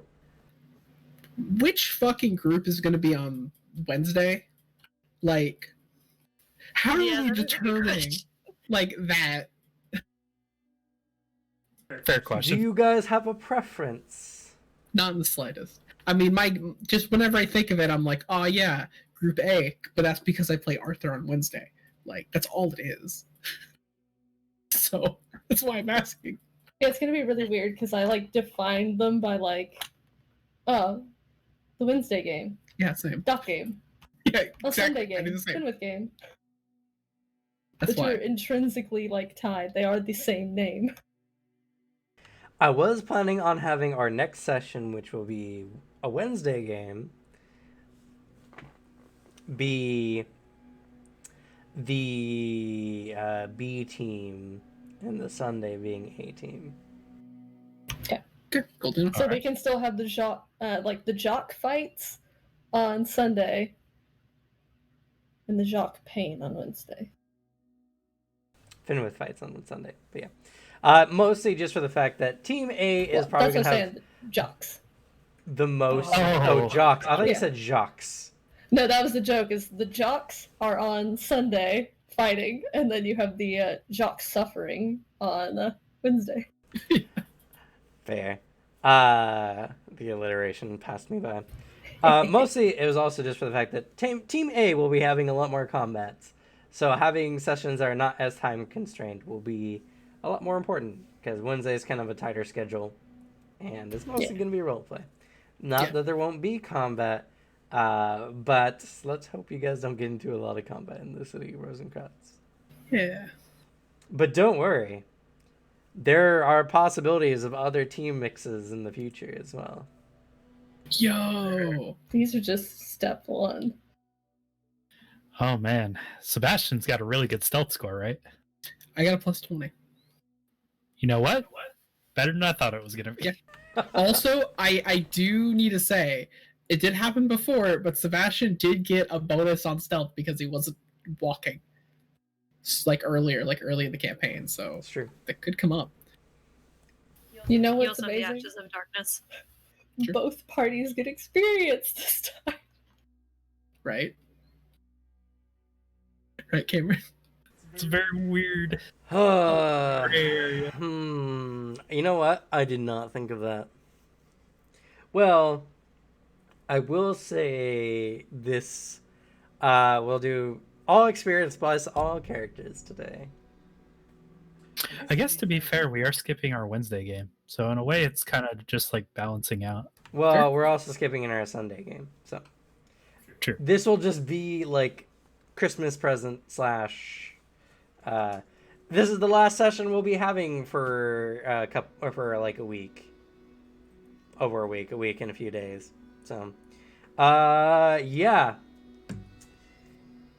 Maybe I should just give you guys a flat rate of experience, and then you can just transfer that to all your characters. Yeah. You know what? That's fine. For a general character interpretation for the session. Since we all play 2 characters. And acknowledging that, I'll give you guys 30 experience points. It went better than I thought. Once the initial chaos died down, it became a lot easier to manage. Yeah, But the chaos was so fun and confusing. It was great. it was. God. Devin was taking like visible psychic damage. It was one of the beginning. few times where I played the same number of characters as the players. And that's only because Olin didn't talk to any of us. He said, fuck you guys, and went back inside. Pretty much. He's too busy playing the ship. And whatever nonsense this is very little to do with his ends and goals, so. Listen, we're gonna walk away from City Rosencrantz with so much experience. It'll be fine. Oh yeah, totally. And Fibeth is gonna go get a piece of a demon if it kills him. Which it might. This is not going to be a short chapter by any means. Yeah, I don't see it. I predict even at 2 sessions a week, essentially, this will take at least a month and a half, if not 2 months. Jesus. That's fine. We just get to soak in Hell all yeah. of the blood. Much like Iqbal.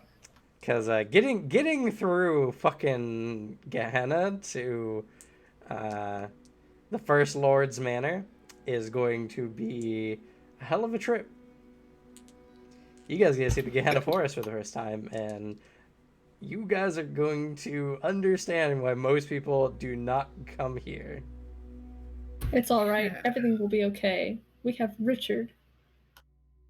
We lost 2 characters last time we went through the Gehenna Forest. Fine. Both of They the were both healers NPCs. are in Team B. Just one of them was my character's best friend in the campaign, and it was a very tragic thing that. Oh yeah, you explained that one. Yeah. That was pretty rough. But yeah, and you guys get to see Lord Corvus Evernights,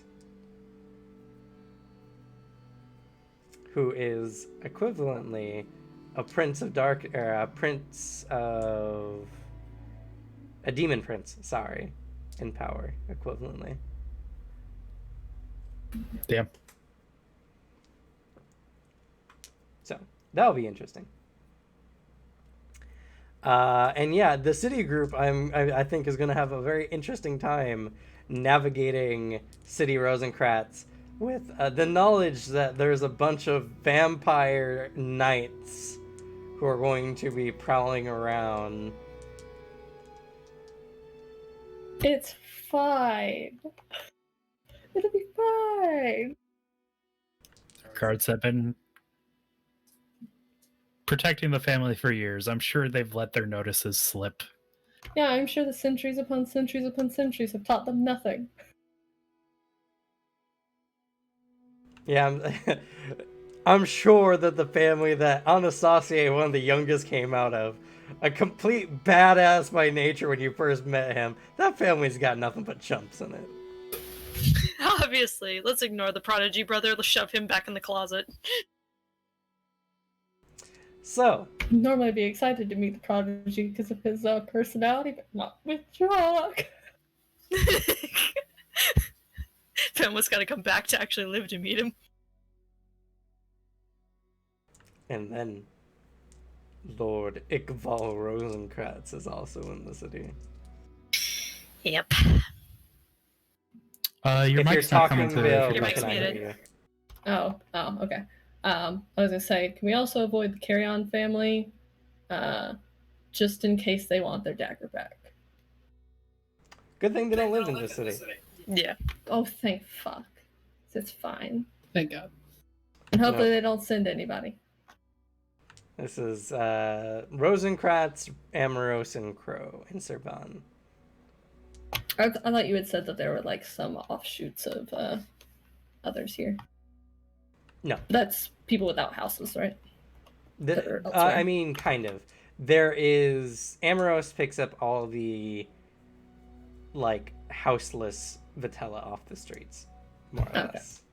But the houses, no, they don't live here. The other houses have manors that watched over their own little duchydoms all over Moth. And you guys will get to learn more about those, the blood houses, in some other conversations. So there's going to be a Great. lot of lore. I hope you guys are ready to learn about vampires, because you're going to learn a lot. Finwith is gonna forget 80 to 90% of it. Except Unless what it's individual ones bullshit. could do cool in fights. Jacques will just be slightly mad that vampires are still real. It's alright, he's mostly come to terms with that one. So, any kudos? Kudos to poor Alex having to play two opposite personalities. I swear. No, my solid kudos is to fucking Devin's like the music line first, and then your absolute like like you had like a full aneurysm on camera at one point, swapping between the two of them. Yeah. You fucking went with it, man. Like, It's a lot harder than you think it would be. It's like, all right, they're both extroverts. That's fine. And then you realize I have to flip from a Russian accent to a young girl and back. And then somebody who's smarter than the other person, and it's a lot more of a flip. The than I thought. benefit for Alex and I is that our other characters are pretty quiet. So until somebody pisses them off or like intrigues them enough to say something, they're generally pretty standing in the background, both like staring at each other's parties. Like, Yeah. Yeah. How'd you guys like your group mixings, by the way? Fun. Definitely it's- going to be interesting. Interesting. I think there's multiple reasons. Like, one, like, I think Arthur, Finwith, and Alexi are going to get along fucking great. I think all three of them and are Richard are in for it. Ishtar, I is just the nerd tag along with the jocks, and it is going to be very funny. It's going to be an entertaining time. And then I'm excited for Sebastian, Serena, and Jock, because I really like Serena trying to just be nice to this man who's giving her nothing in return. At least he found out she's useful. So. Yeah, he found out you're useful, so he's going to listen to you. But there's little tidbits from like our conversation that I loved, like describing the octopus. I don't see how this is relevant. And then Jock leering. Like, I'm allowed to be mean. Fuck off. And then You're not there's allowed to be- that little bit of someone said something sane at the end of that. Like, at least possibly Jock and Sebastian aren't going to hate each other's guts by the end of this. It depends. Because at one point, he's like, finally, someone smart, logical, they'll be able to work together without both like instantly getting migraines. On the downside, if you keep being mean to Serena, he's going to keep being like protective in asshole mode. Yeah. But I mean, from at least Sebastian's perspective, Jock is someone who thinks somewhat similarly and also doesn't seem like also thinks things through logically. So he's, and the things you're saying, he's like, yeah, I agree with that. Makes sense. Your logic is sound. And then Serena, it's already like, okay, they have these skills, but I need to word it very specifically so they don't think I'm doing something evil. Like the moment you were like, I make friends, I was like, okay, I'm gonna need to be careful if I ask you to persuade somebody or something. Right, friends. How can I use this? Basically. And that's pretty much why Jacques was like, kind of like prickles up immediately, because it's like, are you trying to like, you're trying to use her, I see. I don't like this one. He might be a psychopath. I think he's a raging psychopath. That's While what he may be Radovan useful, thinks. and I can appreciate that, he might be a psychopath. Serena, stay away from him. Radovan is just like, don't you get close to my daughter. Oh man, and the back and forth between the cousin Vitella, just like trying to one up each other at the party. Well, mine fires guns a lot. Your guy, Radovan and Anastasia are talking was very fun to listen to. And even the shift where even I thought like it was going to be like a background of them like talking. Yeah, as, that was a slight confusion for me. that miscommunication was fantastic. And thank you for your cough earlier.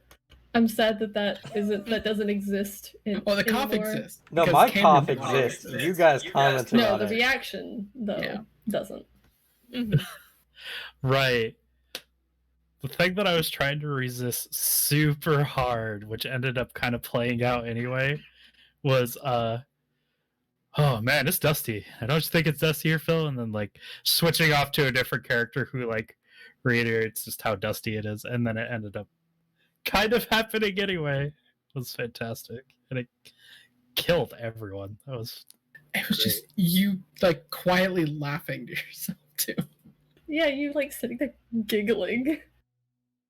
and you guys thought it was lore that I I was just being No, at first, but like once you were like kind of like looking around or something, like I don't remember what it was. Maybe your reaction to like us talking.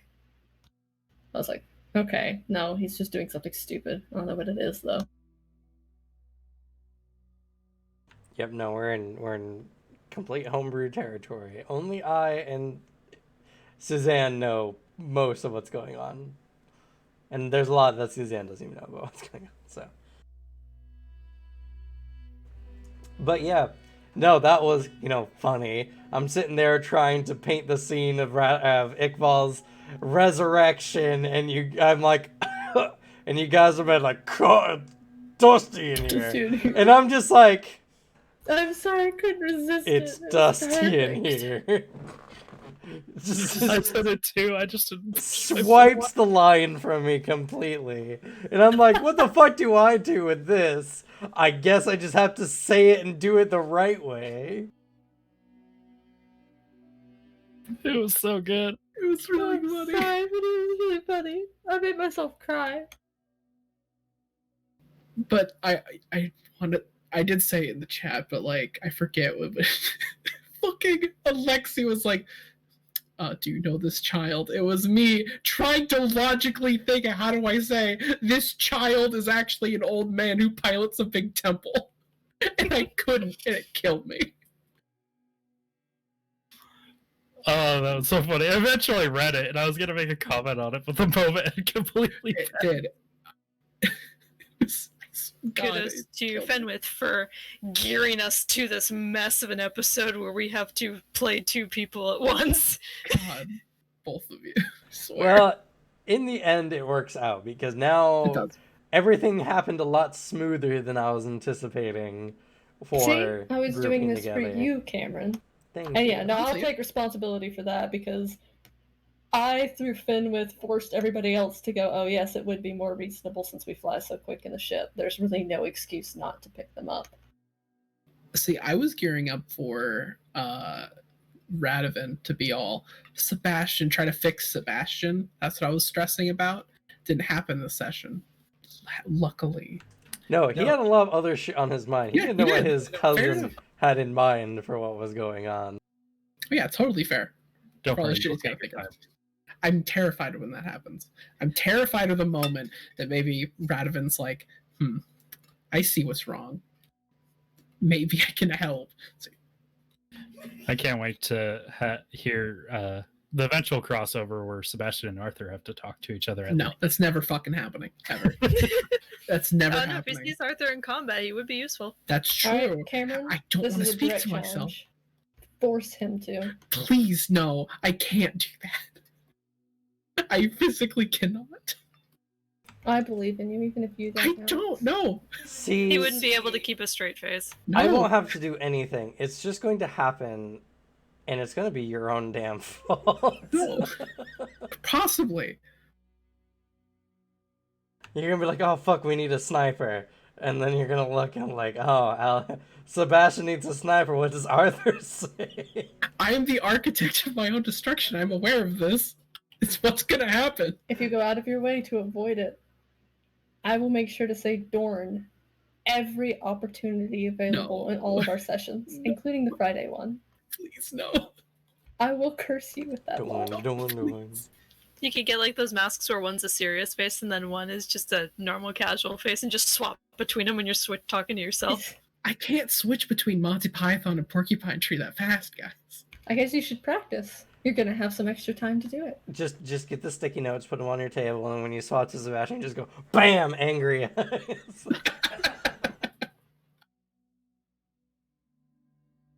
Alright, well. Any other Anything kudos? else?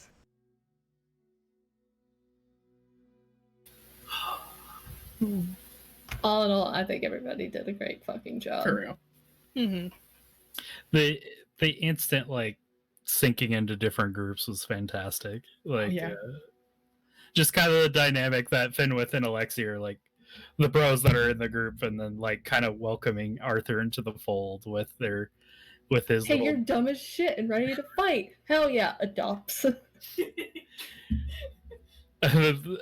Ishtar wielding this big ass sword, and all of them just like, this is fucking worthless. Why don't you use a better It's trash. I loved Finwood's reaction to like, oh no, I think that thing's alive. Nope, don't want it. Get You that out should of my not get it. hands. Oh yeah, and now everybody. Well, actually no. You should just have a cursed weapon. Yeah. Apparently. Now, technically, you don't hear voices; you hear faint, inaudible whispers. Inaudible whispers, and it did say in the picture you sent that it also gives me concepts. Yes. Yep. So she's got to deal with that in the back of her head. But yeah, it's going to be interesting. You know, you guys did pretty well for jumping into splitting the party up.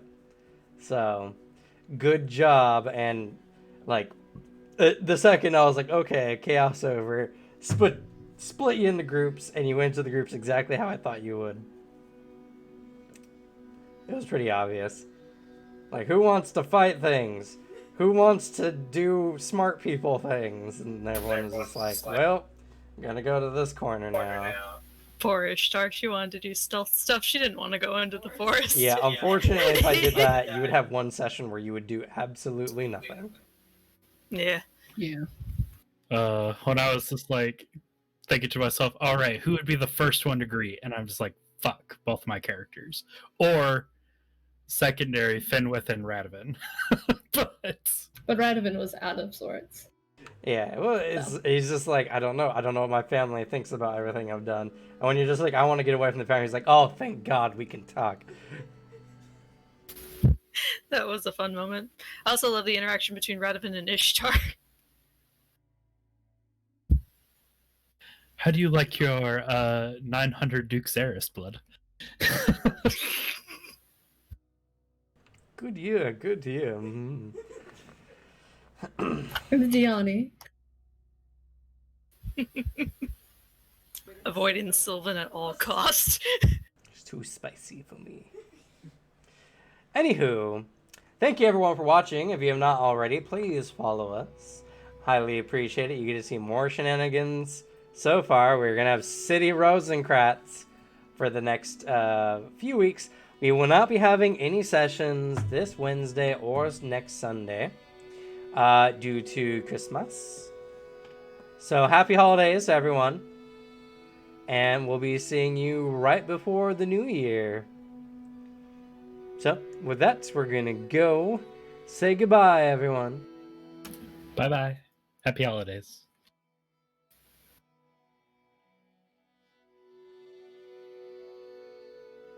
Well, So fine. close I to a guess no level one up else for can sure. say goodbye.